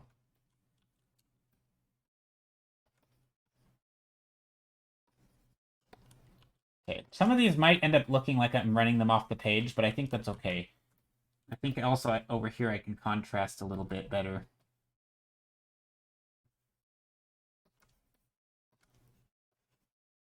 Like this. And then over here I can get a little darker, I think.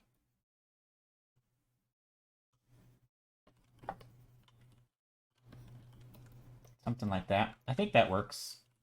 Maybe even some over here. We could go like this, or we can with these little dark peaks.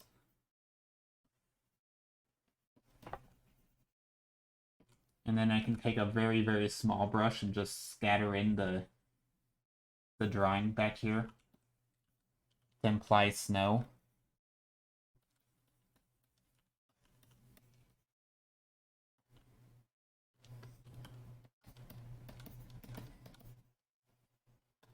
That could work.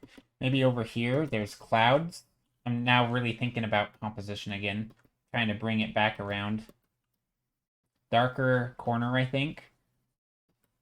I don't really want the brightest spots to be in the corners. That doesn't seem like it makes sense. Also, if I want these reds to contrast more, well, maybe not more. I guess technically this is going to make contrast less. But let's do that. Okay, it's random pun I thought would work without context. I'm sorry. No, I wasn't sure what you meant. It's okay though. Things go over my head all the time. I'm pretty obtuse. No, it's obtuse. I'm pretty ignorant of what people are talking about half the time. I get very confused. Obtuse. It's a good word though. I don't think it fit right there, but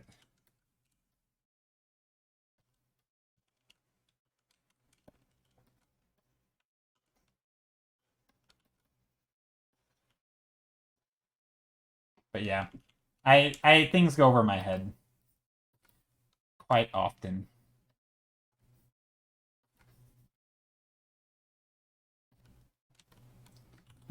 Okay, do I like this? I kind of do. Now the design of that environment reminds me of Phyrexia and MTG. It does a little bit, doesn't it? It does a little bit. Yeah, I've been playing a bit of Magic the Gathering. Actually, funny you thought about that. I was just thinking that this reminds me of like Elesh Norn stuff and like having, like spikes or something over here would be like totally fitting because that's totally a Elesh Norn thing with like the bone. Like if this stuff were made out of bone, that's totally what this would look like. A little bit. Yeah, it does have a bit of Phyrexia. I did play Magic. That's very much in my visual library, so to speak. I played a lot of Magic in Phyrexia. That was honestly that was one of my favorite. That was one of my favorite sets. Sort of at the peak of my Magic playing career, if you will, was in Garza Mirrodin block, which was right after New Phyrexia or but during it. I don't remember. It was basically that block. I think was Phyrexia. Uh, there was Mirrodin, Scars of Mirrodin, and New Phyrex. I don't remember. Maybe it wasn't that block, but it was very close. And I did play through that set when like Wormcoil Engine came out and all those things for the first time. Although technically, I don't think that was Phyrexia. Phyrexia was maybe that was later. Gosh, I don't remember any. Now I'm all confused about which set came out when. But this was like 15 years ago. The original Phyrexia. Um, and yeah, good set. Any set with a lot of artifacts, I'm here for. I love artifacts. Maybe it's because I've always been a. Okay, I don't want to go down into Magic the Gathering lore too much, but with Magic the Gathering doing a lot of limited and drafting, I always like to just artifact sets were always my favorite because you could go any color and you could start in the first pack or two with mostly taking colorless, and whenever you come across a good card, you would just take it regardless of color, and then you could just fit them in because you'd have so few of them. Anyway, that was always kind of the I've always enjoyed that. Anyway, yeah, this does have a bit of Magic the Gathering vibes, kinda. I don't know if it's dynamic enough. Magic the Gathering has much more dynamic environments. Also, these shapes, composition-wise, ugly. Look at that. 4 repeating shapes that look identical. We can do better. We can do better.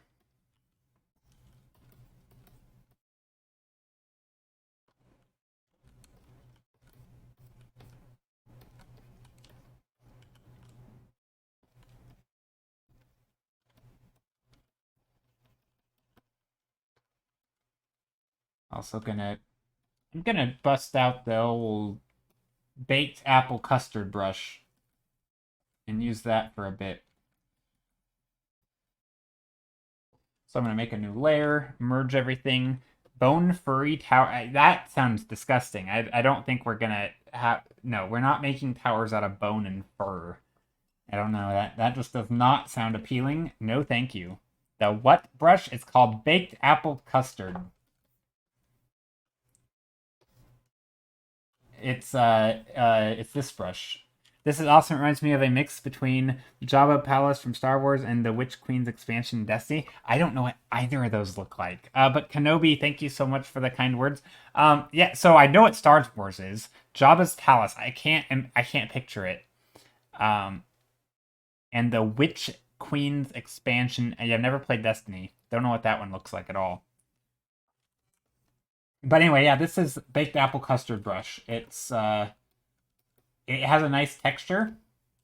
It's a bit of a blendy brush, and it's good for soft stuff. If I want to do like painterly, expressive stuff in the background where I clean things up, it's a good way to blend stuff together in a nice painterly way. Jabba's Palace in episode 6. I don't even know what that is. I couldn't tell you which one is which. I don't think I've seen it. Episode 6. So let's see. They started out as 4, 5, 6, right? Those were the first 3 ever. Was 4, 5, and 6? Yeah, I don't know if I ever saw all of them. And then they went back and made 1, 2, and 3. Is that the idea?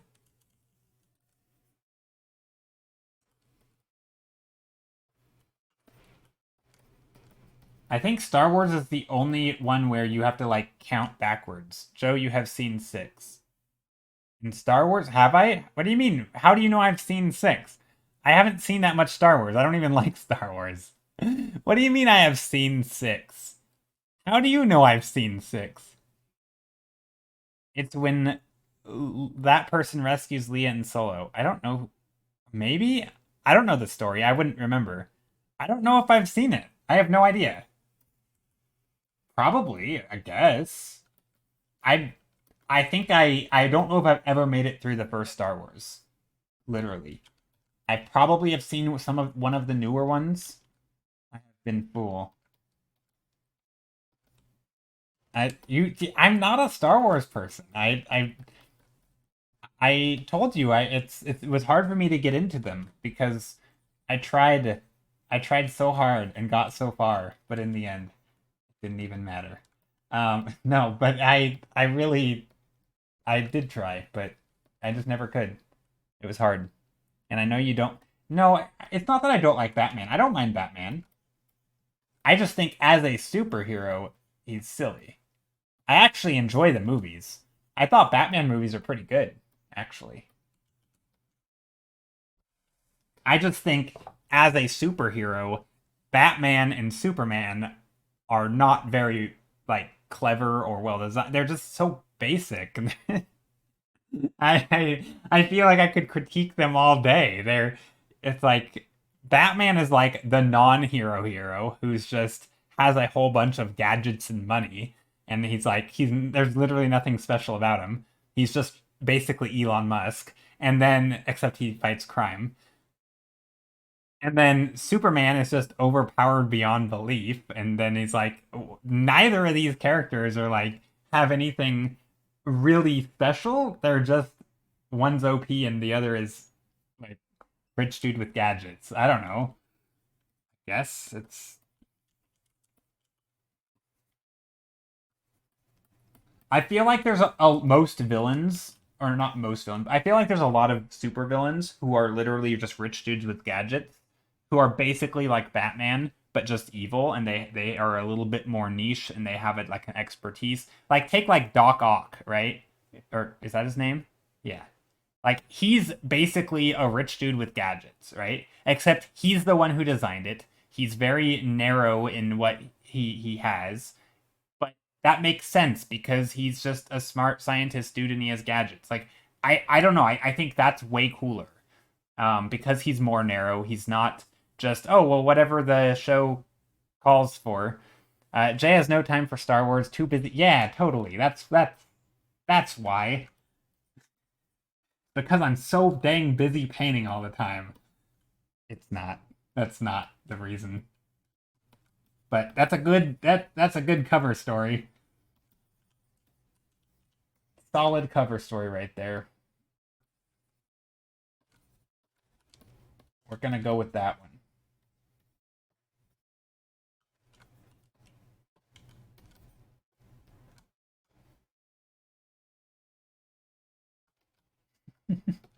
I like it though. Good.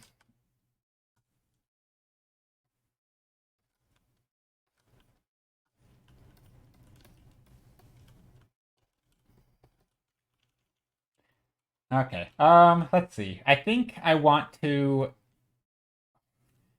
this shape, honestly, here, let me show you. I think this shape needs to be chopped down. I feel like it's occupying too much of the canvas. Maybe not.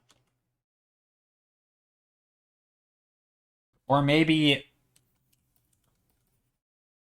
something like this.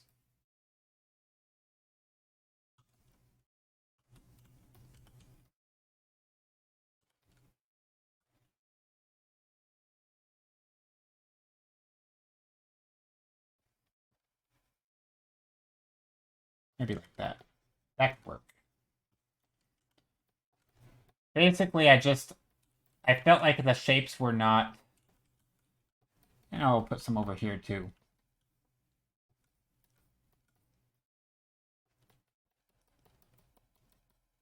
Trying to make this little concave thing a little bit more interesting.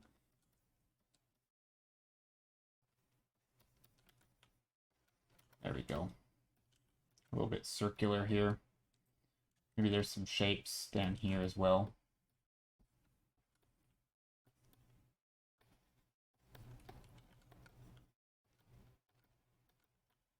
Something like that. Oh snap, Joe's painting. I am painting. How are you doing, Ruin? Ruin? Is that how you say your name? I think that's how you say your name. Yeah, how are you? And yeah, what do you mean, oh snap, I'm painting? I'm always painting. Not always. I paint a lot. A pretty good amount.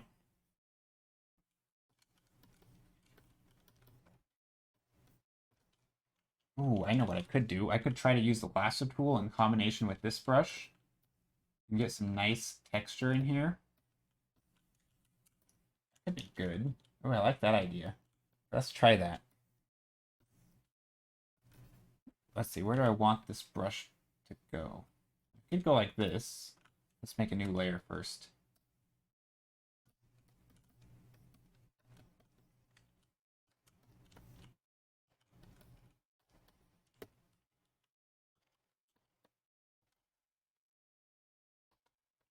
That could be good. Let's go digital Joe Ross. What do you mean digital Joe Ross? I mean, maybe. I don't know. No, I don't like being compared to Bob Ross. I feel like two totally different. I don't know. I'm my own person, right? Bob Ross is cool though, so I'll take it as a compliment. But I don't know. Bob Ross is great. I mean, given all the content creators I watch on my work break, I would happily watch you. Oh, well, that is very kind of you. Yeah. Obviously, it's a compliment to be compared to Bob Ross. He's definitely an inspiration, and I feel like he's probably encouraged more people to paint than just about any artist out there. I feel like people, if they're new to oil painting and they're new to environments, Bob Ross is probably one of the people they've looked up to, or who kind of got them into painting. So yeah, definitely inspiring. So can't really say a bad word about Bob Ross, at least. And if there is any bad stuff to say, I don't really want to hear it. Gotta keep the fantasy alive of him being a great person. He probably is, but I don't know enough about him to know one way or the other, and I want to keep it that way. He's one of those people I don't want to know if he was a bad person, you know? Like some dirt comes out on him and you're like, I'd just rather not know. Okay, let's see. You and Bob Ross are inspiration? No. Don't mean it as an insult. You do have Bob Rossish vibes in these streams, especially when painting backgrounds. No. That's good.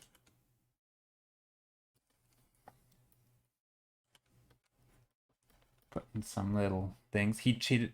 Did he? Okay, well, I just told you not to tell me. I don't want to know the dirty details of Bob Ross. I want to keep him as the wholesome, inspirational dude, right? It's just like there's some people like Mr. Rogers, right? Like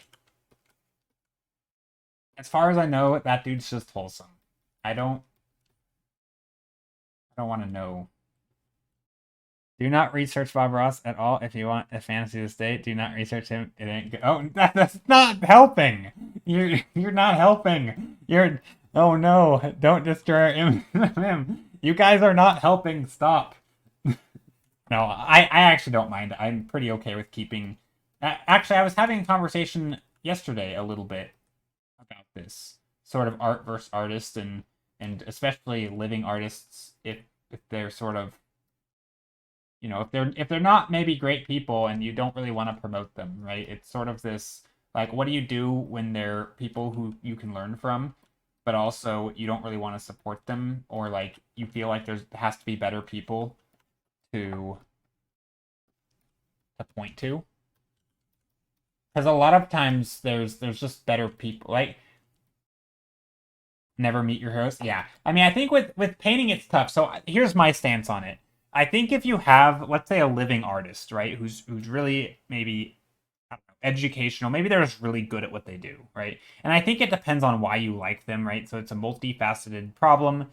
If you like them because you always felt they were a nice person and they turn out not to be a nice person, I understand not liking them anymore, right?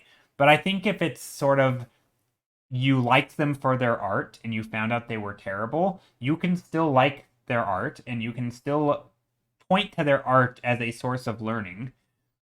I think in terms of sort of supporting the artist, right? I think it's good to try and look for other resources, especially if you're like pointing people to, and it also depends on what they were doing and what, like, for example, if they rose to power by abusing that power, right? And it's like, okay, well, they're maybe they were really good, but maybe that their success has contributed to their being terrible. Like maybe then you don't want to support them as well, right? Or like I do think there is a point where you don't want to like for example, there's an artist in the art community or a couple of them. There's a bunch of them who have done terrible things, right? If somebody asks me for say a tutorial or a resource or who is a, maybe like somebody says, who's somebody whose course I should take, right? There is a part of me where if the thing terrible related to art is like what you did is terrible and it related to art. I kind of get trying to find somebody else to point to, be like, hey, this person's great, but there's also all these other great artists, right? It's not like you had to go and learn from them. However, I think if you're just looking at an image or you're just looking at a one-off thing that doesn't, it's not like funding them. I don't know. I think it depends on what I don't know. It just depends on what it is. Therese Nielsen is one absolute sweetheart when I met her and still love her and play her Magic the Gathering cards, but absolutely do not support Riotology. It real bad, man. Funny you said that because when that whole thing happened, so I'm on the fence because she honestly was one of my favorite Magic the Gathering artists, and I never knew anything about her. And honestly, her art is still amazing, right? But funny enough, because this I feel like her stuff happened at like the kind of I don't know when what year it was, but what is this 4 or 5 years ago maybe or 3 or 4 years ago? It was kind of at the height of sort of the social movement of people who don't stand for what the company stands for being discontinued to work with, and I my hot take on that, and I say hot take. Yeah, this was Therese Nielsen. She said some stuff. Uh, if I recall, I don't remember exactly what she said. If I recall, it was very much in line with like the J.K. Rowling type stuff. If I recall, I think maybe a little bit more against the grain than that, though. Anyway, but I think she's, and I think also she wasn't she maybe, or maybe she was was she more conspiracy theory minded? I don't remember. And has maintained that. Okay, I will say I think if the thing is completely unrelated and the thing is known as like I don't know. I mean, I get it from a business point of view, right? Like you don't want to associate with people who don't stand for what you stand for. I understand that, but I think from a consumer level, it almost doesn't matter to me. Um, if the thing that they stand for is completely unrelated to what they're doing, right? Um, her just being a nut job in her beliefs and personal beliefs to me doesn't really affect her art. It doesn't make her a better or worse artist. It doesn't, she's not painting those topics. At least it doesn't seem like it. It doesn't really, I don't know. To me, it doesn't really matter. So in cases like her, I kind of don't care, but I get other people's, wanting to distance themselves. But I think in topics where you have actively done things or they have done things to like I don't know. Like, take like the film industry, right? Where there are people who have literally ruined other people's careers in that industry because of their behavior, or people who have rose to fame because of their bad behavior, or or being connected to other people who have done bad things and like sort of like rising to fame and power because of your collaboration with bad people. Like that to me is different because that's not it's hard to separate the art from the artist when you've actively shut other people out who could have been better, or like you kind of used your power or in your position of power to be evil. And that to me is different. And I feel like on the Therese Nielsen's of the world,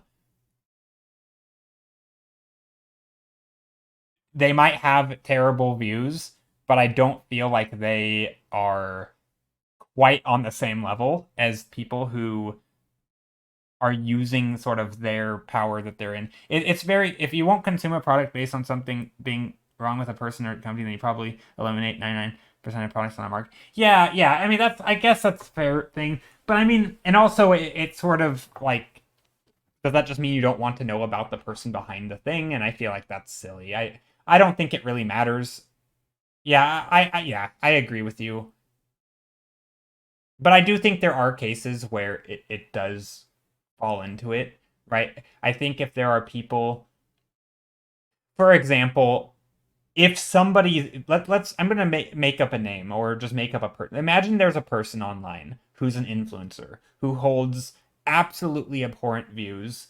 Like 99% of their brand is selling hateful stuff and just bad ideologies, and like that is their brand, is them. But then imagine they create one good product, right? Would you want to point people into that person's product? Because that person, most of what they're doing might be terrible, right? And it's like, it's not just the product, they are part of the product, right? And depending on who and what they are, if they're like an influencer type person who's popular online, they might have one good idea or one good course or one good thing. And I feel like oftentimes there's reason, yeah, we can. Thanks for this. Thanks for getting me back on track. But I do think sometimes there's reason to find other people, right? Yeah, perfect pixel. Thanks. Yeah, we can get back to drawing. I'm actually going to be wrapping up stream here, so there isn't going to be much more drawing, but yeah. And now for something completely different. Yeah.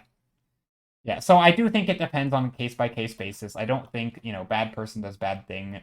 Suddenly, you have to be up in arms, and like I just think it depends. Um, but I also think, yeah, it just depends. Guys, did you know Joe has a color dodge counter? Did I use color dodge today? I don't even know if I did. I probably did. I think I used color dodge today. But yeah, basically, I'm almost done with this painting for today. I don't think I'm going to work on it. Well, I might work on it more. I don't know. But not today. Um, a lot of it's just editing shapes and stuff.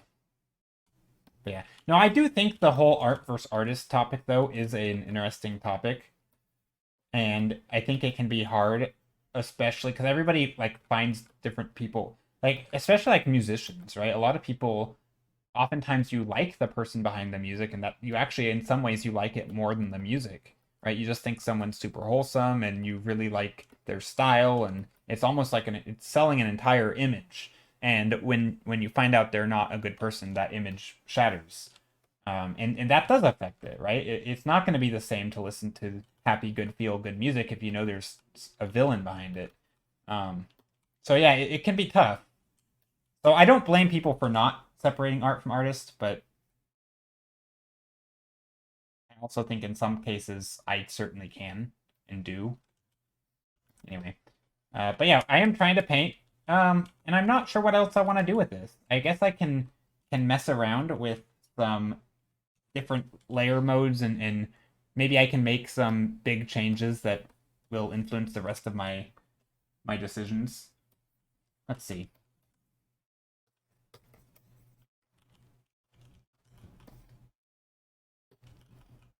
Ooh, this is very something. very something. I don't know what it is. Very color dodgy.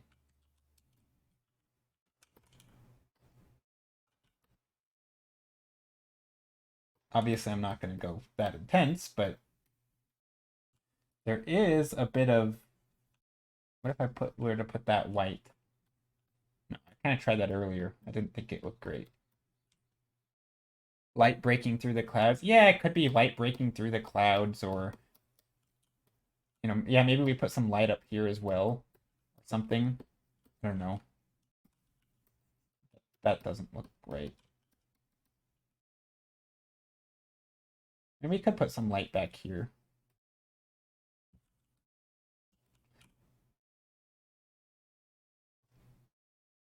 Something like that. Cat turtle. Ooh, hey cat turtle. How are you? I don't think we want a cat turtle, but we did in last stream's painting we had cat slugs. That's basically like a turtle without a shell. Just kidding. It's not really. But we could have made a cat turtle, right? If we would have put a turtle shell on it, like this. That's totally a cat turtle. See, look.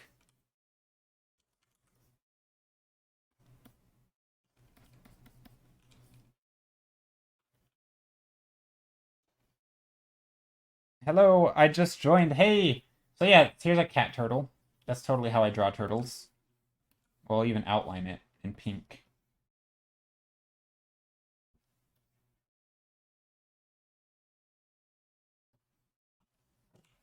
Cat turtle. Done. Finished. But yeah, no, these were slugs. Cat slugs. Cat sleigh. Yeah. Little cat slugs drinking water and stuff. Anyway, that was last stream's painting. I quite liked it. I thought it was fun. And then today's stream painting doesn't have any cat slugs, but it's still something.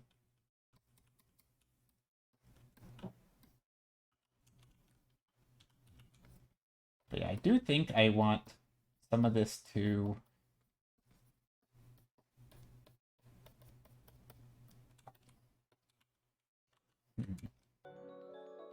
I think down here we can have a little bit more shadows.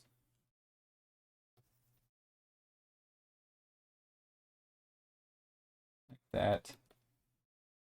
Okay, I think that's okay. And then these bright spots up here, I actually left them like this because I want to try something. I want to come in here with a bright brush and just physically paint in the brightness behind it. So I'm basically, I'm not using color dodge anymore.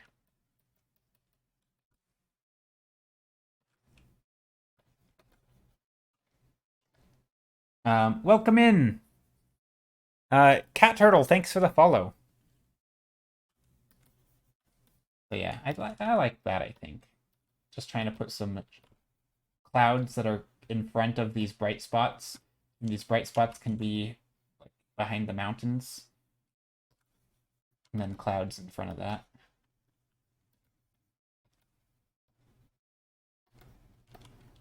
Maybe. I don't know. I'm not sure if this is going to look good or not. So a lot of it's just sort of not trial and error, but it's kind of just composition stuff where I'm trying to just outline and set the mood a little bit. Make sure that things have the right contrast in the right spots. Joe, do you get annoyed when people mention that your art reminds them of someone else's art, or do you just see it as a compliment? I don't mind it. I don't feel like it might... No, it definitely doesn't annoy me. Certainly not yet. It could be where I'm at in my art career. I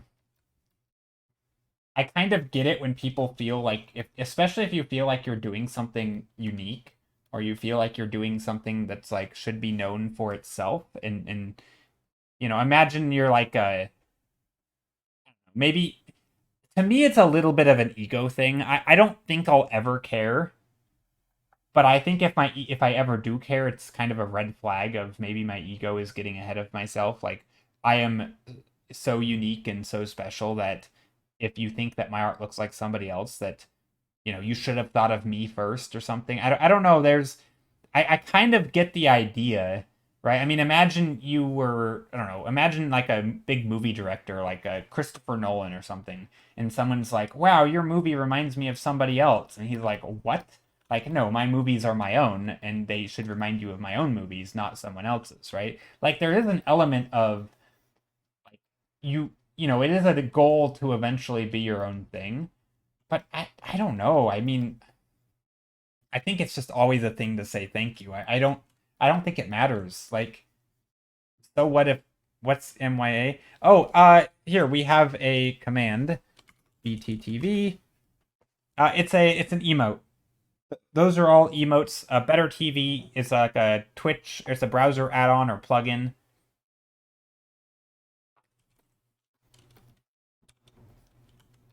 It basically lets you see animated emotes, and it does a lot of additional things. Like there's like deleted chat you can see if a moderator deletes chat. It lets you. There's just some additional features. But yeah, we there's a bunch of little fun animated emotes and some custom stuff, and yeah, it's pretty common on Twitch. A lot of especially big streamers will have it enabled, and people, if you've ever seen a lot of like Pepe emotes or something, they're probably um, most of them started out as those kinds of emotes. Some streamers have worked them into their regular emote slots, and others um, sometimes not. But yeah, so I recommend taking a look at them. It's yeah, I think it's a great add-on. If you spend a lot of time on Twitch, it's almost a must, I'd say. There's not really a reason not to have it. Maybe there is, I don't know. But yeah. What was I saying before that? I forgot. Oh yeah, the whole art when somebody compares it to somebody else's. Yeah, I don't care. I don't think it matters at all. But I can kind of get that some people do care.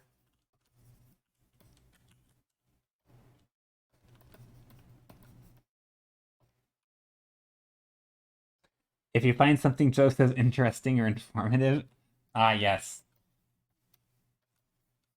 that's one of my favorites. I have spent years on Twitch without the add-on. Just got it when I joined this channel. Okay, yeah, a lot of people don't use it. A lot of people do. I mean, I don't think so. One thing I do, I don't want my channel to be only usable with the add-on. Like, I don't. I think it's just more welcoming if you can use emotes that aren't exclusive, because then it's not it makes a weird environment where like it's harder for new people to be integrated into chat and into the community if they have to like be on board with like an add-on. There's additional layers of stuff, so I kind of understand. So in that sense, you know, keeping the MYAs to a minimum is I kind of get it. But yeah, in general, the emotes are pretty common. They're not really exclusive to our chat. They're Twitch wide emotes.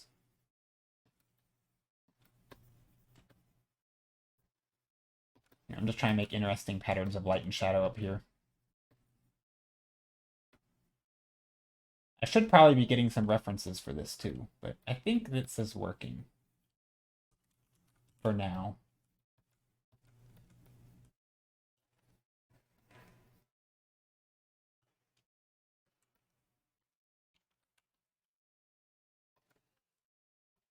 Maybe I can smudge some of these up just to do some blurring.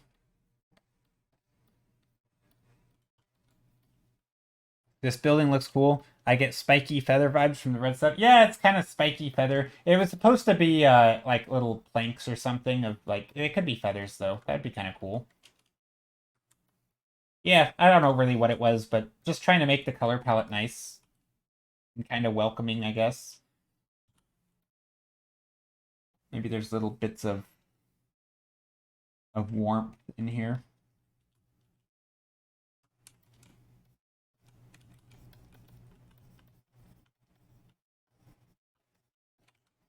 This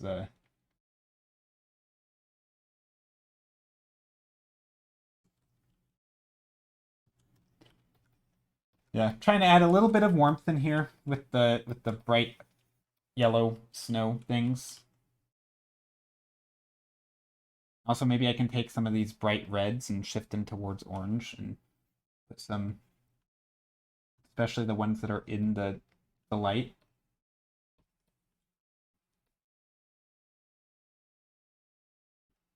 Like that.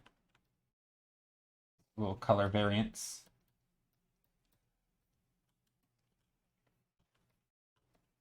I don't know if this is a very minor detail, but it could be a thing.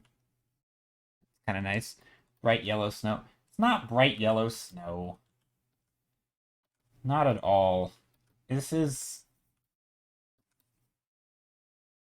it's warm lit snow.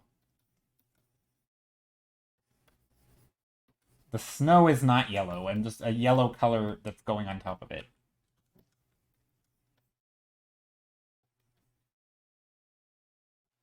I don't even know if that looks good though. That might look funny. I don't know. I think that's okay.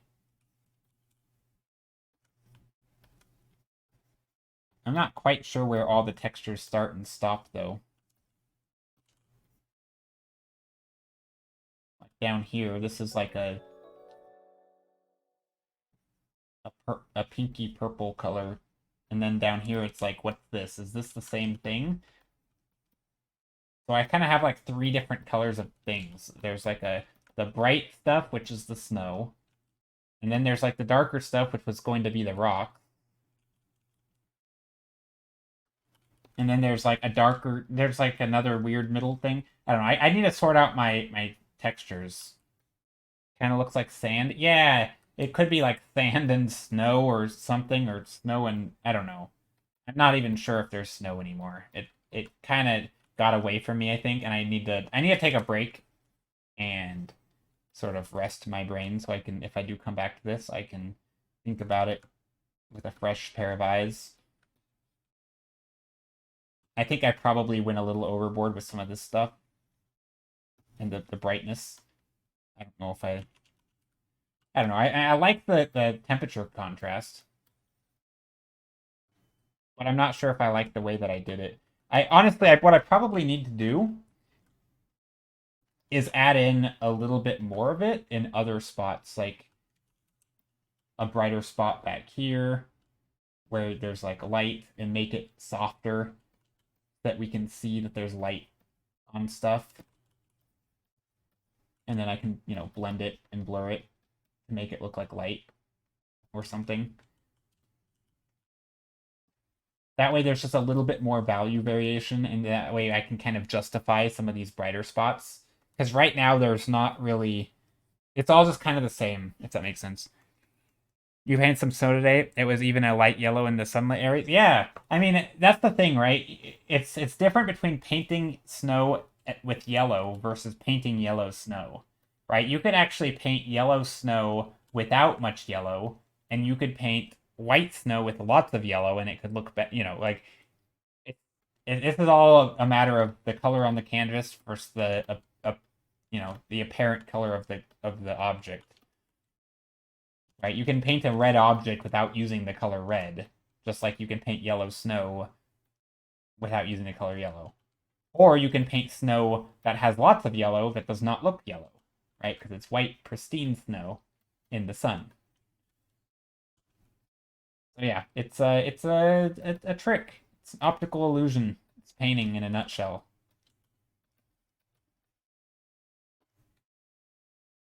Anyway, I think I like this painting.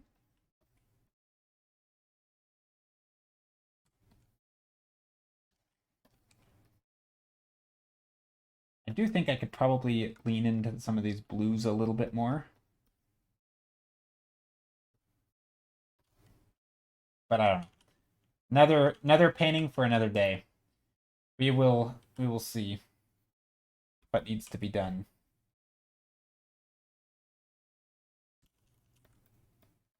Maybe we'll add some additional little shadows under here. The shadows don't need to be totally blue, but they actually should probably be a little bit red because we have that red stuff shining on it.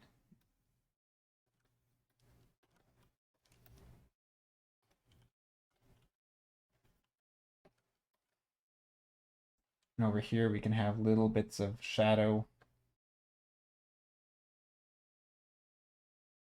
Maybe we can even get some darker shadows over here.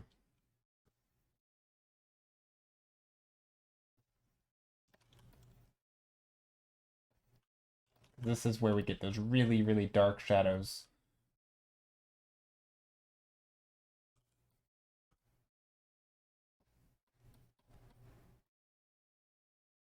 And everything over here is going to be dark shadows. So that works. I think it looks like more like sand than more than snow because the shadowed area isn't catching the light. I can't think of words. Too tired. Because the shadowed areas of it aren't catching the light. Yeah, that's fair. Yeah, I mean, so to me, I think this could have been snow if, like, especially in this area right here, if we were just to isolate this area and make this its own painting, I think this could be snow in the shadow area, right? This blue, right? It's kind of like a lightish bluish color. This could totally have been snow, and this could have been dark rock, and this could have all been in the shadow. But the problem is that then I get over here, and now I have this is the shadow, which is much, much brighter, and this is the light. And it's like, wait a second, if this is the shadow and snow, then what is this, right? It's like now we have a light shadow, a dark, a medium shadow, and then a dark, dark shadow. Like, what are these three textures? Or what are these three materials, right? There isn't a consistency in the shadows because I added this stuff. That's how I'm interpreting it. And so if I wanted to be consistent, I would probably want to either lighten up some of these things over here, right? Like adding this kind of thing, which I could totally do, right? I could add all the shadows, make them brighter. Or, yeah, I don't know. I mean, this part's honestly a little confusing.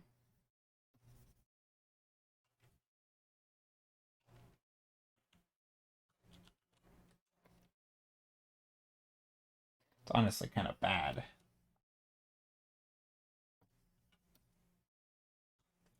Oh, no, yeah, we're ending. If I can finish up. I think I'm going to delete that part, actually. I think and just leave it like this for now. There isn't really any direct sunlight anywhere.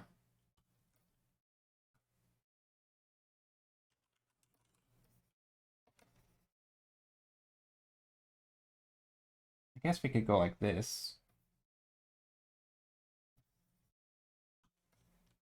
That could work.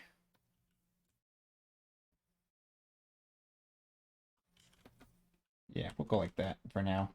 But yeah, thank you all for being here. I really appreciate it. It means a lot. And yeah, I am ending. Thank you for the follow. And the raids, everyone who came in today with all the raids and stuck around for my rants. Lots of rants today. So I really appreciate that. Anyway, yeah, this is a good spot to end. This painting could have a lot more work. I could go over every square millimeter and just doodle around and detail, and even in here I could carve out the lighting on this and the underside and the shadows. Right, there's so much work I could do, but I think as far as a loose sketch, just a kind of an idea, this is not a bad start. Awesome paint. Thank you, Pixel. Perfect Pixel. I appreciate it. Very kind of you to say. So yeah, let's find somebody to raid. Let me go to Twitch. See who's on in our friends.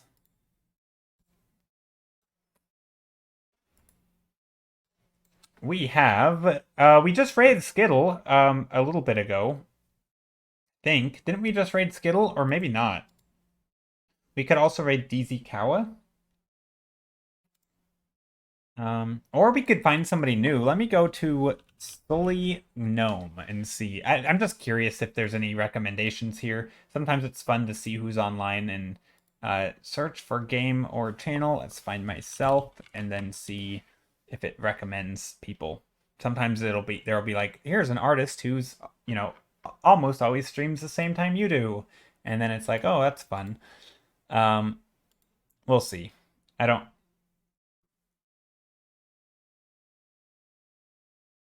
Hmm.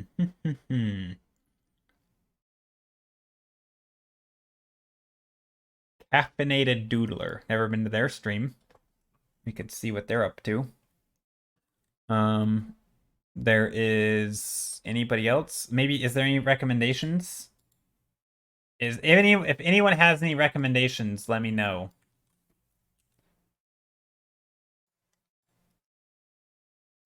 We could do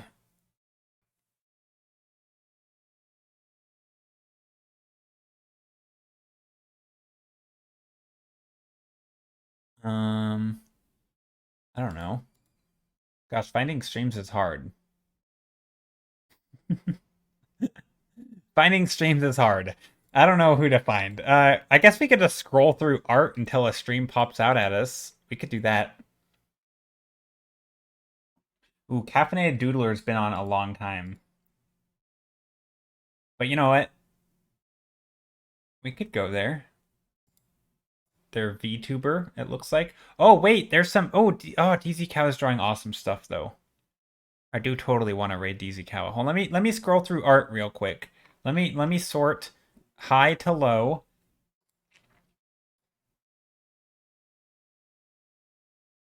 And then just start scrolling through. I want to find somebody new. Bree Dannon. We could raid Bree Dannon. We've been there before. Yep. 8K celebration stream. Somebody is painting something Star Wars. No, their name is that Star Wars girl. But they look like they're painting maybe Luigi? They might be painting Luigi. I don't know. It's kind of exciting. That's pretty close to what we're at. Is 8K. I don't know. Could be fun. I don't know who they are.